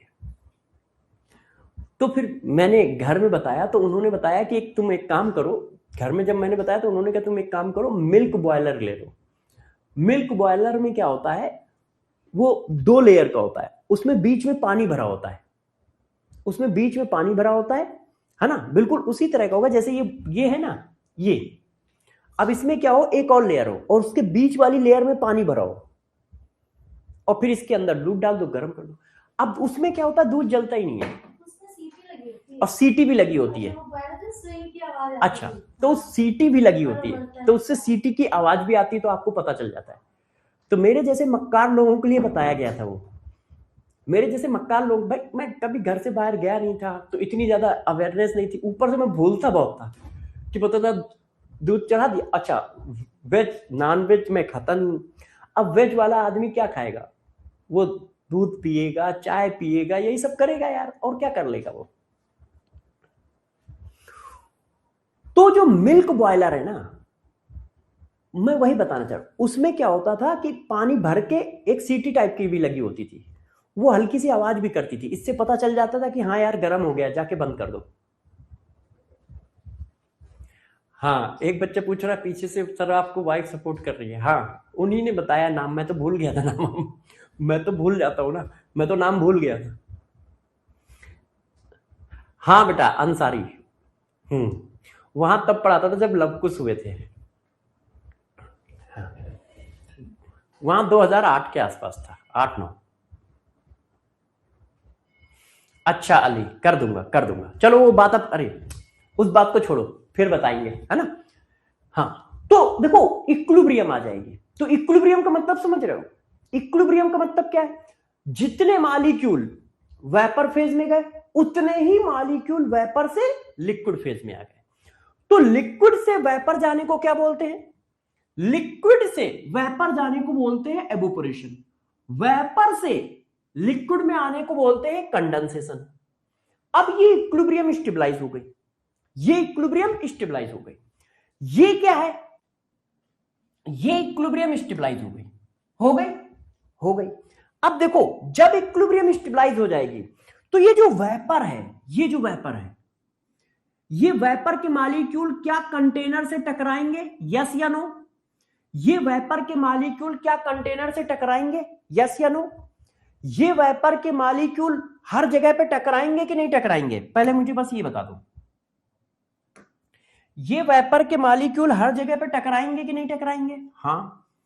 अब टकराने की वजह से एक प्रेशर क्रिएट हो जाएगा, यस टकराएंगे, तो बस उस टक्कर की वजह से एक प्रेशर आ जाएगा।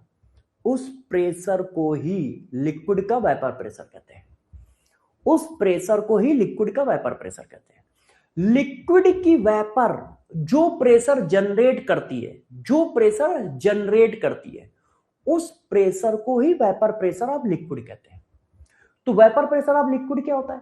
जब लिक्विड और उसकी वेपर के बीच में इक्विलिब्रियम आ जाएगी, जब लिक्विड और उसकी वेपर के बीच में इक्विलिब्रियम आ जाएगी, उस समय वेपर जो भी प्रेशर जनरेट करेगी, उस प्रेशर को लिक्विड का वेपर प्रेशर कहेंगे।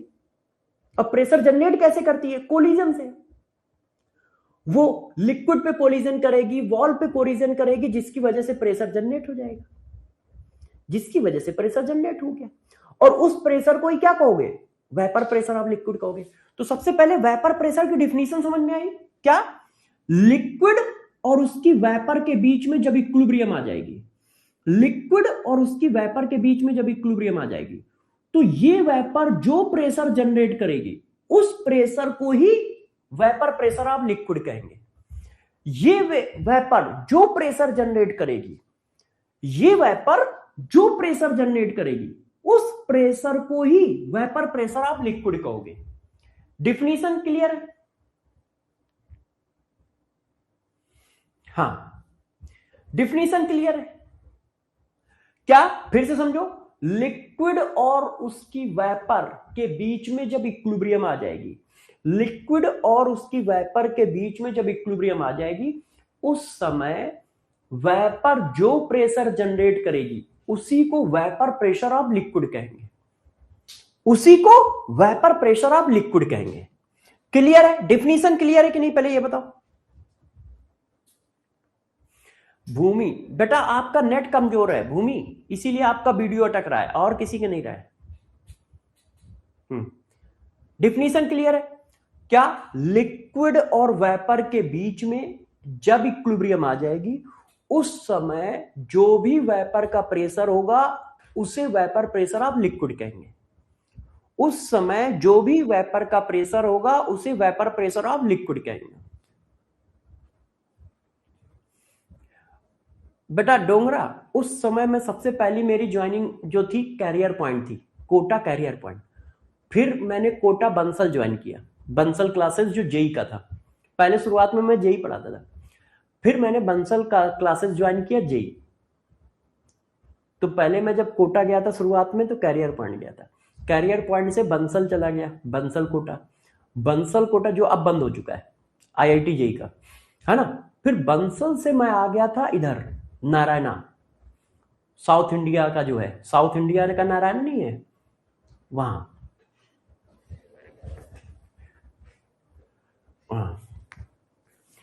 केमिस्ट्री पढ़ाई थी। भूमि कह रही सर सबसे पहले आपने क्या पढ़ाया था? अरे केमिस्ट्री पढ़ाई थी, केमिस्ट्री। अच्छा अब आओ, इतनी बात समझ गए। अब इस डिफिनीशन को लिख दो, अब इस डिफिनीशन को लिख दो। अब देखो जब डिफिनीशन लिखी जाती है ना, तो मिर्च मसाला लगा के लिखी जाती है, थोड़ी तड़क तड़क भड़क लिखी जाती है, जैसे बच्चे डरे। तो डिफिनीशन लिखते समय हम डरावने डरावने वर्ड का यूज करते हैं। अभी आपने डिफिनीशन क्या बताई कि जब लिक्विड और वेपर के बीच में जब इक्विलिब्रियम आ जाएगी, तो वेपर जो प्रेशर जनरेट करेगी, उसे वेपर प्रेशर ऑफ लिक्विड कहेंगे। यही डिफिनीशन तो बताइए कि जब लिक्विड और वेपर के बीच में इक्विलिब्रियम आ जाएगी, तो जो वेपर है जो प्रेशर लगा रही होगी, उस प्रेशर को ही हम वेपर प्रेशर ऑफ लिक्विड कहेंगे। अब जरा देखो, अब इसको हम लोग लिखते हैं, तो देखो लिखा कैसे जाता है। Total vapour pressure total vapour pressure, sorry total pressure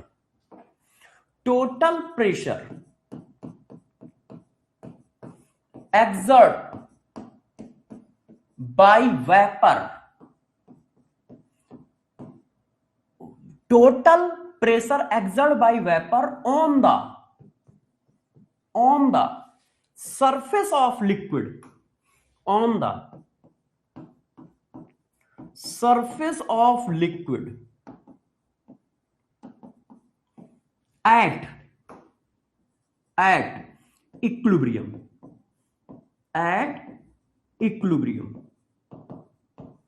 अच्छा इक्विलिब्रियम को ही बोल देते हैं saturated state.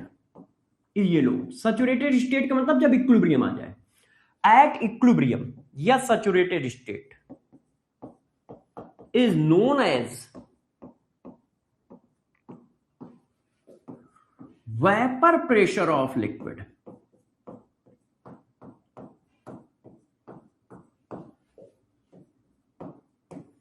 Vapour pressure of pure liquid. ये देखो, total pressure exert by vapour on the surface of liquid at equilibrium is known as vapour pressure of liquid. तो vapour pressure of liquid की definition समझ गए? When equilibrium between liquid and vapour, हाँ, vapour pressure of liquid pure substance of liquid generated pressure is called vapour pressure. हाँ ठीक है, ये जो आपने लिखी है देसी लैंग्वेज में लिखी गई डिफिनेशन है, बिल्कुल सही है, ऐसी कोई दिक्कत की बात नहीं है। मगर थोड़ा सा हाँ आयशा बेटा आपने बिल्कुल परफेक्ट लिखी है, बिल्कुल सही है। तो बात समझ गए, वेपर प्रेशर की डिफिनेशन क्या है, vapour pressure of pure liquid क्या है? जब लिक्विड और वेपर के बीच में जब इक्विलिब्रियम आ जाएगी तो लिक्विड का वेपर जो प्रेशर एक्सर्ट कराएगा उसे वेपर प्रेशर ऑफ लिक्विड कहेंगे, उसे वेपर प्रेशर ऑफ लिक्विड कहेंगे, उसे वेपर प्रेशर ऑफ लिक्विड कहेंगे। क्लियर है सबको ये बात? इतनी बात क्लियर है? यस। देखो अभी इसमें पढ़ाना बाकी है, अभी इसमें हम लोगों को पढ़ाना बाकी है, अभी ये खत्म नहीं हुआ। अभी तो डिफिनीशन बताई है, अब डिफिनीशन में और भी चीजें बताएंगे, है ना? तो मान के चलो ये अभी हम लोगों को 25 से 30 मिनट वेपर प्रेशर की डिफिनीशन और है, तो अब इसके आगे की डिफिनीशन मैं कल पढ़ाऊंगा, मतलब इसके आगे कल पढ़ाऊंगा। अब देखो क्यूएसडी सीट के बारे में सब लोग समझे? क्यूएसडी सीट आज मैं लेके आया हूं कि नहीं? नहीं लाया, कोई बात नहीं। देखो बच्चों, क्यूएसडी सीट के बारे में बताता हूं, बहुत सारे बच्चे नए हैं तो उन बच्चों को जरा क्यूएसडी सीट के बारे में हम लोग बता दें कि किस तरह से काम करती है ना?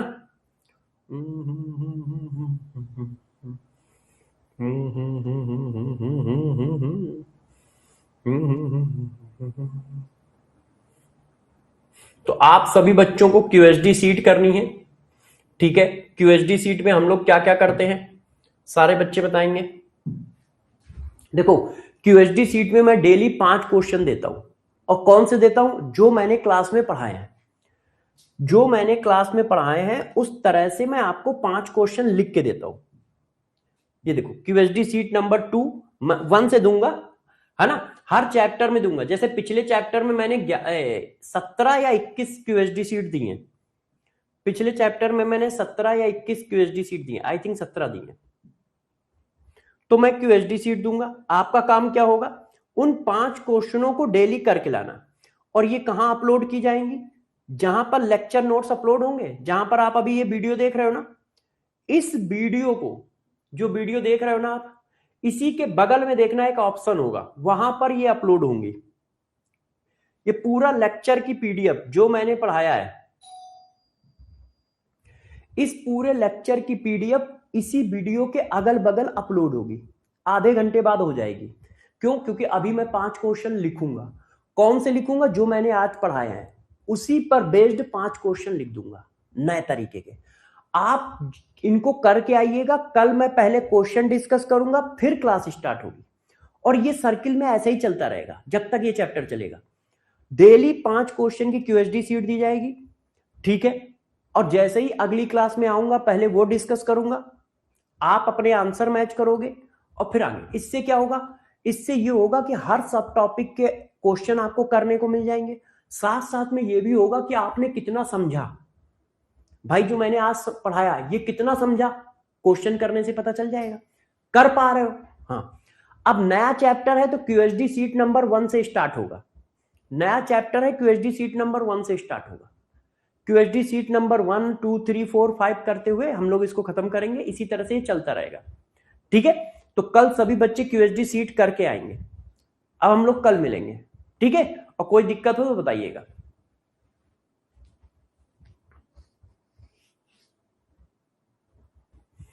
हाँ ठीक है बच्चों, बाय बाय। ठीक, चलो बाय, कल मिलते हैं। हाँ, और पढ़ाई कर रहे हो भाई।